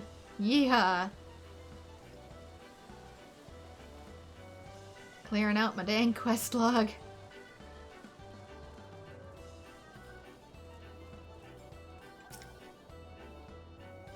Triple Triad has taken Eorzea by storm. Care to try your hand at this enchanting new card game? I might as well do a round. And so another challenger is born. Welcome to the world of Triple Triad, where you pitch your card against an opponent in a tense battle of skill, strategy, and an odd dose of luck. Here at the Mandeville Gold Saucer, I'm pleased to present all new players with the cards they need to get started. To play a match, however, you first need to build a deck comprised of 5 cards from your registered card list. Oh, and I suggest speaking with the nearby Triple Triad trader should you wish to expand your card collection. You are now able to challenge opponents to Triple Triad matches. New cards can be obtained from a number of sources, including Triple Triad Trader, victory spoils from winning matches, and prize from Triple Triad tournaments.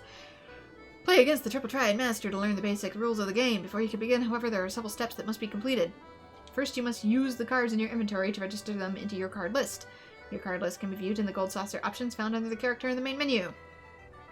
Next, access your card decks, also located in the Gold Saucer options, and build a deck by selecting 5 cards from those you have registered. Speak with the Triple Triad Master once your deck is ready, and she will engage you in a tutorial match. I don't think I have room in my inventory. Let's not mess things up. We can just throw some of this away.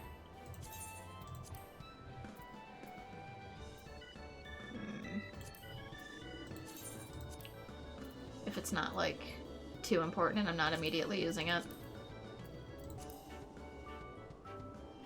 Some of these I need to hang on to. Others not so much.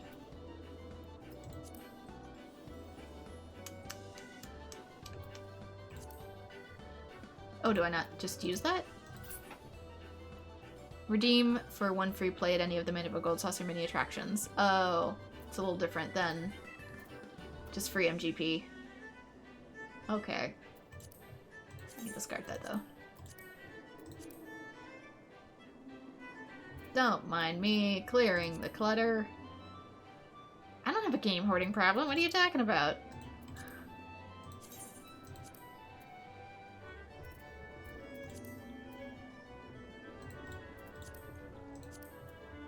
Okay, that should be enough space.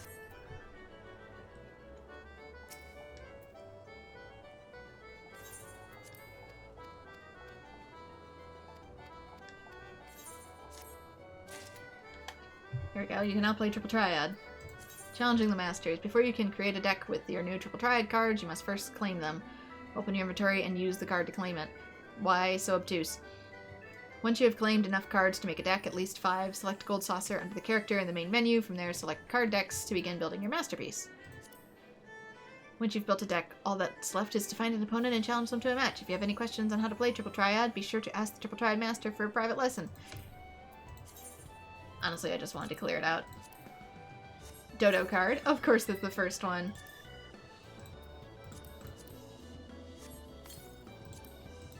Sabotender. Bomb.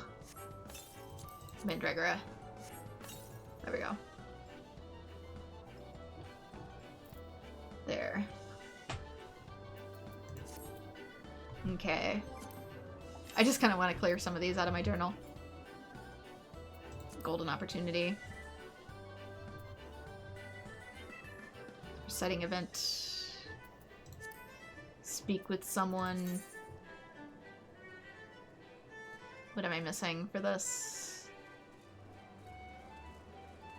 Please note you'll be unable to complete this quest after the seasonal event has ended. What's seasonal? Hello? Why is there a seasonal quest stuck in my log? Was this maybe like a temporary thing? Hello, Big Koopo. Maybe stuff in your journal doesn't get cleared out until you, like, abandon it.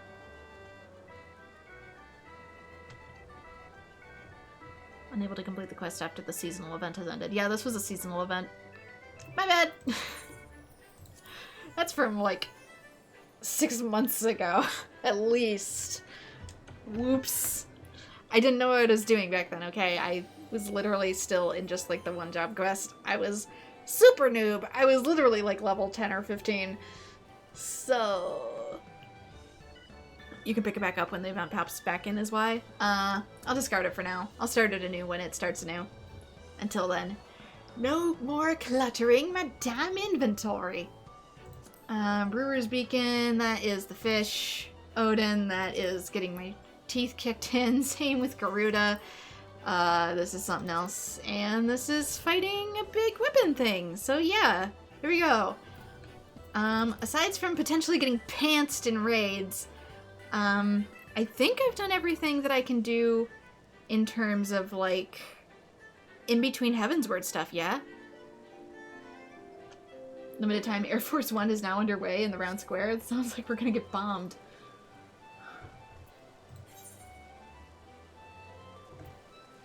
Chocobo, Chocobo. I can try Chocobo at least once.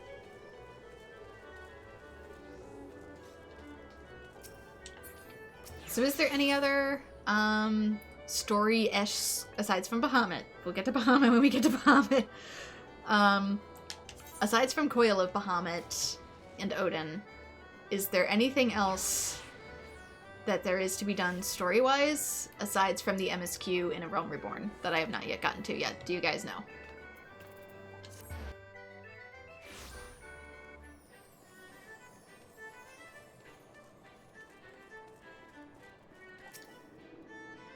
I might understand that before even undertaking the training course, you choose to... No, of course not. No one would do such a thing. It makes no sense. I can only presume you've yet to register your fledgling chocobo, or have you somehow misplaced the registration form? Of course, if you were so foolish as to part ways with your fledgling, then you would need to obtain a new one by speaking with the feather trader at the Moogle's Mountain Bedmeadows. I'm pretty sure I have it. Did I put it, like, away so I didn't accident? No, I have it right here. I have a registration form. I believe catering provide you with a registration form for your race chocobo? Yes. Choose a name for your race chocobo. Oh. You may select one word or a combination of 2 words from the list of available terms, probably so people don't put swears. Colors, proper nouns? Whoa.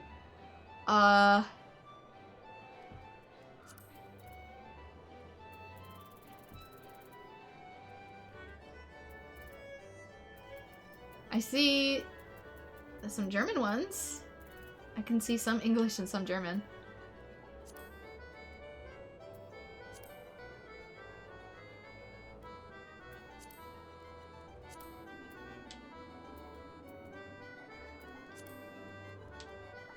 Oops.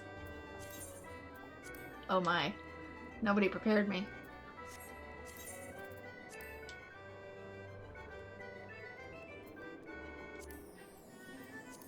Nobody prepared me.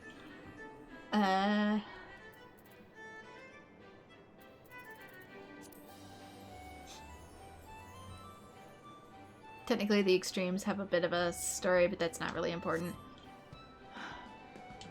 Omit second word. Let's randomize it. The Momiji Sandstorm? I don't know about Momiji, just because that has a relation to something else. Chick Rotor. Emblem Uldine. Vorpal Stoughton. Angelic Bow. Samurai Inferno. Technically, streams have a bit of a story, but that's not really important. I mean, I still want to get to that. It's just that pairing up for an extreme with randos when I myself don't know how to do the extreme might make everyone want to kill me. Should we go with Samurai Inferno?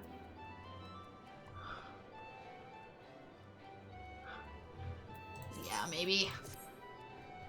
Congratulations, Samurai Inferno is now eligible to participate in the Chocobo races. However, I fear you are not quite qualified to do so just yet. Pray speak with the Register about your training course. And last, the time has come for you and your race Chocobo to take to the track for training it is. Enter a race followed by the training course to learn the basics of Chocobo racing.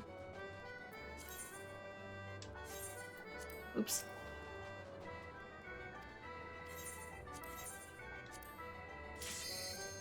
Duty registration.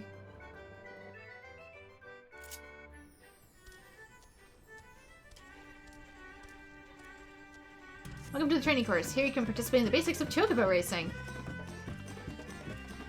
Oh god, they turn like the Final Fantasy X Chocobos. All race Chocobos will carry the rider to the end of the course. However, only a skilled jockey can guide a steed to victory. First, tilt the left stick up or press the LB key to accelerate. Note that your Chocobo's stamina will decrease more quickly when accelerating. Continue to accelerate and observe the effects. Once your Chocobo's stamina is completely depleted, your speed will drop and you'll no longer be able to accelerate. Be warned, Chocobos pushed too hard will become lathered and lose stamina much more quickly. To alleviate this condition, tilt the left stick down to decelerate and allow your Chocobo to rest. You say so. Accelerate to full speed, then decelerate.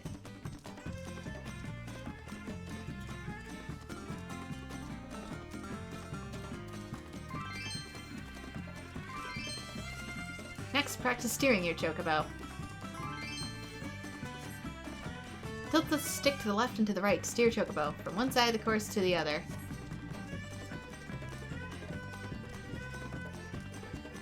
Why does it control so weird? Scattered throughout the course are magic panels, which bestow various effects when triggered.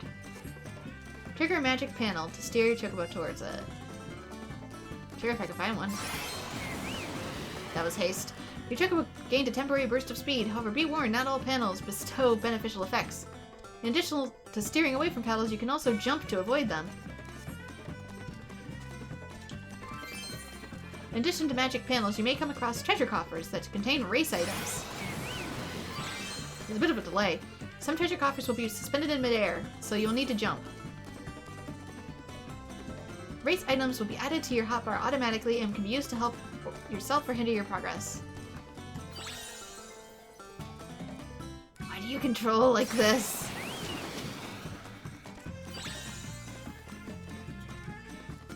Use a race item. Which is used with... Oh, right. This? Sprint shoes.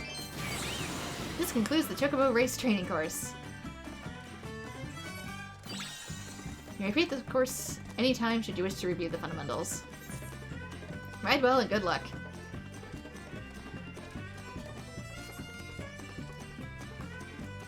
So you gonna, like, let me out now?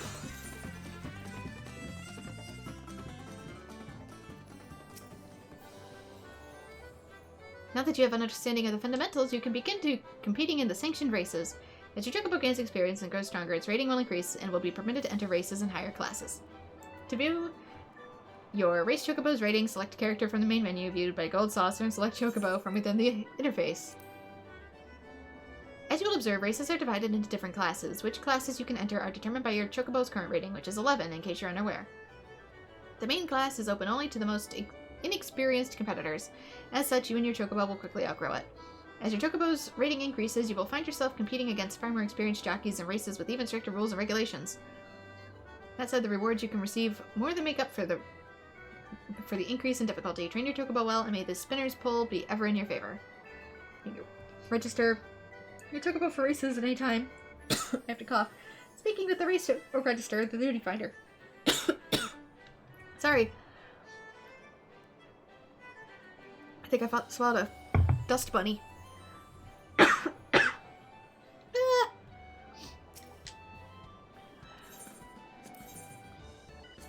Class courses. Huh. Random, maybe? Oh, it really does form, like, a party. Huh. It's an actual duty registration? I'm probably gonna suck. Because I don't have the fundamentals down yet. Well, I mean, I have the basics, but I haven't had time to actually learn. I thought it was gonna pit me against NPCs.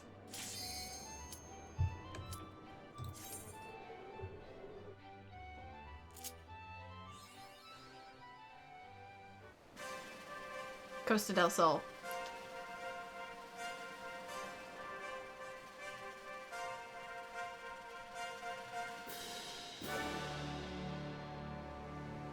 Fair and night. Does that have something to do with your progress? Like how well you race?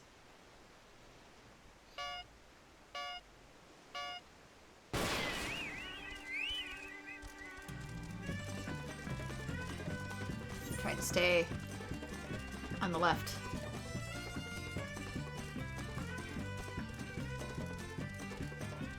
Can they grab these?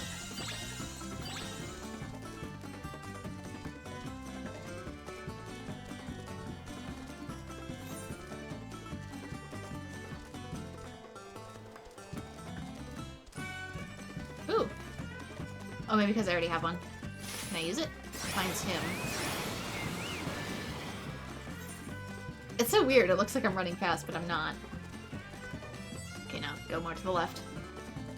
More to the left. Why do you not obey?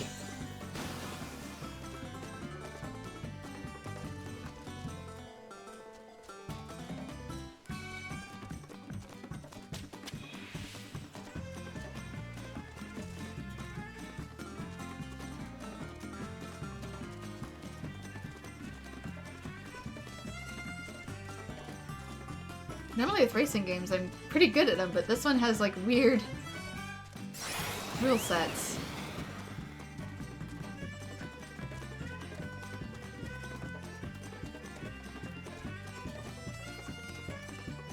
I feel like I need to get close to them to use this.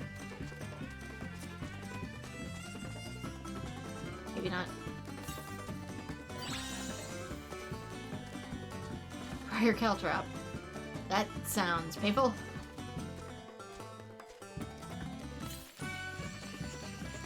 Anybody that gets close to me. Like you. Let's slow down. I said slow down. Heal! You're wearing out, Chocobo. How to increase stamina, though. Okay, that's heavy. Leather to slow down. Slow down! I think I'm enraged or something because it's not letting me slow down.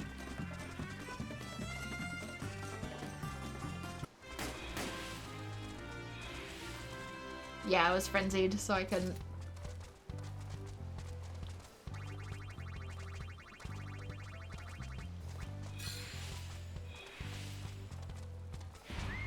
Well, I didn't come in last.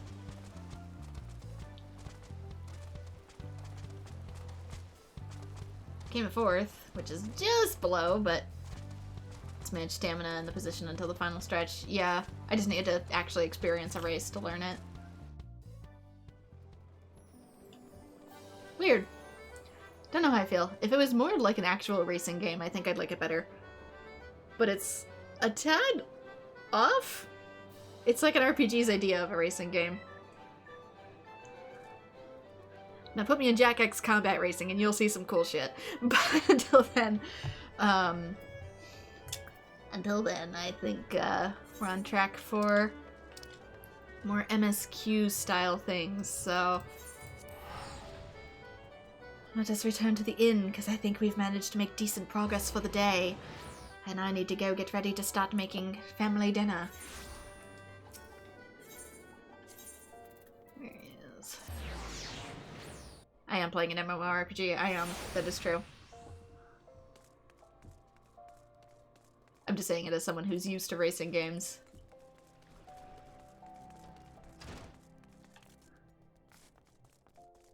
It's not quite what I expected.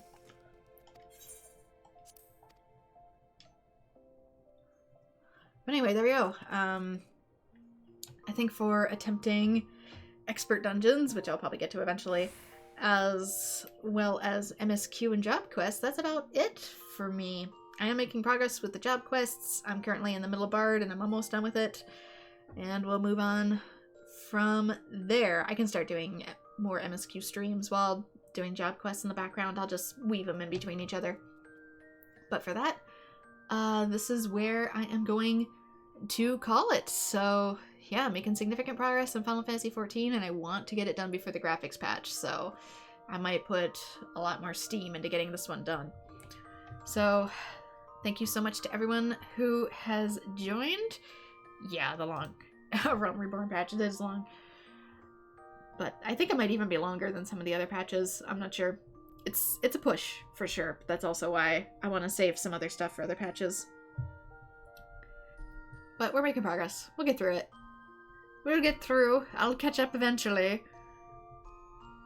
And I hope to see you all in future streams. Bye-bye.